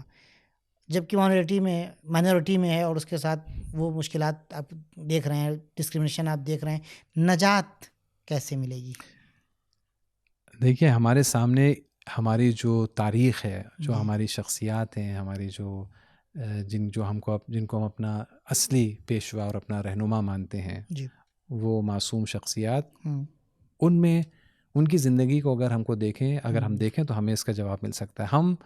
ہماری تاریخ میں شیب ابی طالب جی کا واقعہ ہے کہ وہ دور مکے کا، مدینہ بھی شفٹ نہیں ہوئے تھے، ہجرت ابھی واقع نہیں ہوئی تھی، کہ وہاں پر اسلام کے دشمنوں نے ایسا زبردست سوشل بائیکاٹ مسلمانوں کا کیا تھا کہ 2 سال سے زیادہ وہ مکہ شہر کے کنارے ایک سوکھی وادی میں رہے، بھوک نہیں، کھانے کی مشکلات، کمیاں وغیرہ، کیا اس میں کتنے جو ہے اسی میں جو ہے اس دنیا سے چلے گئے، لیکن ریزسٹ کیا، گھٹنے نہیں ٹیکے۔ نتیجے میں کیا ہوا، 2 سال کے بعد ہم دیکھتے ہیں کہ مدینے میں اتنی بڑی کامیابی ان کو حاصل ہوتی ہے۔ تو ہم دیکھتے ہیں کہ ہمارا تعلق جو ہے ایک ایسے مکتب سے پایا جاتا ہے۔ تو اسی لیے ہمارے لیے شارٹ ٹرم میں مشکلات تو ہیں ہندوستان میں، لیکن میڈیم ٹرم اور لانگ ٹرم میں ہندوستان میں مسلمانوں کا مستقبل نہایت برائٹ ہے اور روشن ہے، بہت زیادہ، کیونکہ جو ہمارے پاس جو ایسیٹس موجود ہیں، چاہے وہ ہماری آبادی ہو، چاہے وہ ہماری تہذیب ہو، چاہے وہ ہمارے اندر صبر کا مادہ، ہمارے اندر جو عقل مندی ہے، ہمارا جذباتی نہ ہو جانا اتنی تمام مشکلات کے باوجود، تسلیم نہ ہو جانا، جھک نہ جانا وغیرہ وغیرہ، یہ سب جو ہمارے پاس ایسیٹس ہیں یہ بہت قیمتی ایسیٹس ہیں، اور یہ اگر ہم راستہ قائم رکھیں گے، اگر ہم استقامت اور پائبندی اور صبر سے کام لیں گے، تو خداوند متعال کے جو وعدے ہیں وہ آ کر اپنا اثر دکھائیں گے، خدا اپنا وعدہ پورا کرے۔ خدا نے وعدہ کیا ہے، ان تنصر اللہ ینصرکم، اگر ہم خدا کے دین کی نصرت کریں گے، یعنی خدا کے دین، اور خدا کا دین جو ہے کچھ ایسا دین نہیں ہے کہ جو صرف نماز روزے سے تعلق رکھتا ہے، نماز روزہ بھی اس کے اندر ہے، فیملی لائف بھی اس کے اندر ہے، سوشل لائف بھی اس کے اندر ہے، اکنامک لائف بھی اس کے اندر ہے، پولیٹیکل لائف بھی اس کے اندر ہے۔ اگر تمام شعبوں میں ہم دین خدا کی نصرت کریں گے اور خدا کی تعلیمات کے مطابق چلیں گے، خدا کی نصرت بھی آئے گی، اور ایک بار خدا کی نصرت آ گئی، ان ینصرکم اللہ فلا غالب لکم، اگر خدا کی مدد آ گئی تو کوئی بھی غلبہ حاصل نہیں کر سکتا ہم پر، اور پھر ہم اپنا سویلائزیشنل مشن جو ہے ہندوستان میں، جو ہمارا ویژن ہے ہندوستان کے فیوچر کے لیے، ہم خود ہی اپنے ہاتھوں سے اس ویژن کو عملی جامہ پہنانے کی صلاحیت و قوت و طاقت ہم انشاءاللہ حاصل کریں گے۔ ویژن سے مراد کہ وہ جو میں نے بتایا تھا، وہ جو ویژن ہمارا ہے جو پورے ہندوستان سے تعلق رکھتا ہے، پورے ہندوستان اس میں ہمارے غیر مسلمان بھائی بھی شریک ہیں، اور ہم ان کے ساتھ شریک ہیں۔ ہمارے ہندوستان کے لیے ویژن ہے، نہ یہ کہ اپنے لیے صرف ویژن ہے۔ آخری سوال میں آپ سے یہاں پہ کروں، کیا کر سکتے ہیں پھر اس کے لیے ہم؟ بنیادی طور پر ہمیں اپنے آپ کو، اپنی صلاحیتوں اور طاقتوں کو ہر شعبے میں بڑھانا ہوگا، کیونکہ جب ہم یہ کریں گے تو خدا کا وہ وعدہ ہے کہ ان اللہ لا یغیر ما بقوم حتی یغیروا ما بانفسہم۔ اسپیشلی کیا کرنا چاہیے؟ میرے حساب سے چند اہم چیزیں کہ جس کے اندر ہم کو قوت و طاقت حاصل کرنا ہے۔ ایک تو یہ کہ ہمیں امید اور فیوچر کے ویژن کو ایک طاقت کے عنصر کے طور پر دیکھنا پڑے گا، ملک کے لیے، اپنے لیے، اپنی امید اور فیوچر کا ویژن جو ملک کے لیے ہے، اپنی طاقت کے لیے ہمیں اسے اور زیادہ اپنے درمیان اس پر گفتگو کرنی ہوگی، قائم کرنا ہوگا، اس امید کے اس نیریٹو کو، اس فیوچر ویژن کے اس نیریٹو کو اپنے درمیان جو ہے قائم کرنا پڑے گا، وہ ویژن اور فیوچر جو پورے ملک کے تمام جو ہے ہندوستانیوں سے جو ہے متعلق ہے۔ یہ ایک بہت بڑی طاقت ہے۔ اس کے علاوہ اتحاد اور وحدت کی جو ہمارے درمیان ہمیشہ ضرورت، الحمدللہ حالات جو ہے دوسرے کئی ممالک سے بہتر ہیں ہمارے درمیان، فرقہ واریت کے اعتبار سے ہمارے درمیان، لیکن مزید بہتری کی ابھی اس میں بہت گنجائش ہے۔ اس کے علاوہ حالات سے آگاہ ہونا بہت ضروری ہے، اور جب ہم آگاہ ہوں گے تو ایک اور قوت اور طاقت ہمارے اندر آئے گی، اور وہ یہ ہے کہ ہندوستان میں اب یہ وقت آ گیا ہے کہ مسلمان اپنے لیے سیاسی اور سماجی امور میں دوسروں کی قیمومیت اور سرپرستی کو اب ترک کریں، اپنی لیڈرشپ خود اپنی قائم کرنا شروع کرے، بھلے سب کے ساتھ جو ہے مل کر تعاون کرے، سب کے ساتھ مل کر، کوئی بری بات بہت اچھی، لازمی ہے، بہتر ہندوستان کی تعمیر کے لیے لازمی ہے، لیکن یہ کہیں کہ ہم ہندوستانی، ہم چھوٹے بھائی بنیں گے، وہ ہمارے بڑے بھائی بنیں گے، وہ فلاں صاحب، وہ فلاں بابو، سارے بھائی برابر ہیں، جی ہم یہ نہیں بنیں گے۔ ہم ایسا کریں گے کہ آپ اپنی لیڈرشپ لے کے آئیے، بالکل، اس سے مستقبل بنائیے ملک کا، اس میں مدد کیجیے، اپنا کنٹریبیوشن، ہماری اپنی لیڈرشپ، ہم اپنا کنٹریبیوشن دیں گے، اور ملک کو ایک ساتھ ایک ہاتھ جوڑ بالکل کے جو ہے صحیح. وہ آگے بڑھائیں تو گے. یہ ذہنیت میں تبدیلی لانا یہ ایک بہت بڑی ضرورت ہے کہ الحمدللہ یہ تبدیلی آنا شروع ہو گئی ہے, خدا کا شکر. لیکن مزید اس میں اور تبدیلی کو آگے اور مزید لانے کی ابھی بھی ضرورت ہے. ظاہر سی بات ہے وہ باتیں جو ہمیشہ کہی جاتی ہیں, علم کے میدان میں آگے بڑھنا اور معاش کے دنیا میں اور اقتصادی. فائنینشلی اور اقتصادی جو ہے طور پر آگے بڑھنا, یہ تو انڈرسٹوڈ سی بات ہے, جی تو جی. میں اس کو دہراؤں گا نہیں, اسی لیے میں نے ان کو ذکر پہلے نہیں کیا کیونکہ وہ ہمیشہ کہی جاتی ہیں اور وہ صحیح بھی ہیں. بس اس میں یہ پہلو اس میں ایڈ کر لوں گا کہ علم کو حاصل کرنے کی جب بات ہوتی ہے تو ہم علم کو اس ویژن کے فریم ورک اور پیراڈائم میں حاصل کرنے کی کوشش کریں. نہ یہ کہ ہم علم حاصل کریں صرف تاکہ ہمیں نوکری مل جائے, نہ ہم اپنے حالات کو بہتر کریں تاکہ ہم جو ہے عیش کر سکیں, بلکہ ہم اس ویژن کے تحت علم اور معاش کو بہتر کرنے کی کوشش کریں, تب جا کے وہ علم کا وہ اثر ہوگا کہ جو ہمارے درمیان واقعاً ہونا چاہیے. آپ کی باتوں سے میں آخر کے 2 جملے اس کو بس تکملے کے طور پر عرض کروں کہ ایک بات آپ نے اتحاد پہ زور دیا اور ایک آپ نے علم کے اوپر ابھی جو آپ نے زور دیا, یہاں پر وہ علم جو اسلامک پرسپیکٹیو ہے علم کا, علم نافع کا ایک لفظ استعمال ہوتا ہے یہاں پر, ایک ٹرمینالوجی استعمال ہوتی ہے, یعنی وہ علم جو سوسائٹی کے لیے, انسانیت کے لیے, قوم کے لیے, ملک کے لیے, زمین کے لیے فائدہ مند ہو. جی تو وہ علم بے شک. ایک. اور دوسرا جو آپ نے اتحاد کی بات کی, یہاں پر اتحاد خالی مسلمانوں کے درمیان نہیں, اتحاد ہم وطنوں کے درمیان, جو ہمارے ہم وطن ہیں ان کے درمیان, وہ جو لوگ ہمارے حالات میں شریک ہیں, جو ڈسکریمنیشن ہمارے ساتھ ہو رہا ہے وہی ان کے ساتھ ہو رہا ہے, وہ کمزور طبقہ, وہ نچلا طبقہ, وہ طبقہ کہ جس کو ایک یعنی سینکڑوں سالوں سے کیا کہتے ہیں اونچے طبقے کی مار جھیلنی پڑ رہی ہے اور ان کے ظلم کا شکار ہونا پڑ رہا ہے, تو اس میں بھی اتحاد ہونا بہت ضروری ہے. فکری اتحاد, سوچ کا اتحاد بھی ہونا بہت ضروری ہے. بہت ہی جامع اور کمپریہنسو گفتگو آپ نے مولانا صاحب یہاں پہ کی, اور انشاءاللہ یہ مفید ثابت ہوگی ہر ہمارے ویور کے لیے, چاہے وہ مسلمان ہو چاہے وہ غیر مسلمان ہو, صاحب ضمیر انسان کہ جو ان بائزڈ ہو کے اس پروگرام کو دیکھ رہا ہے.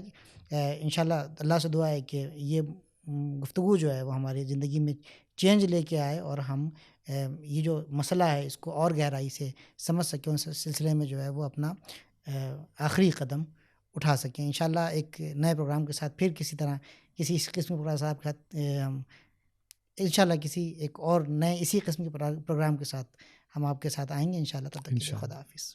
اللہم عجل لولیک الفرج.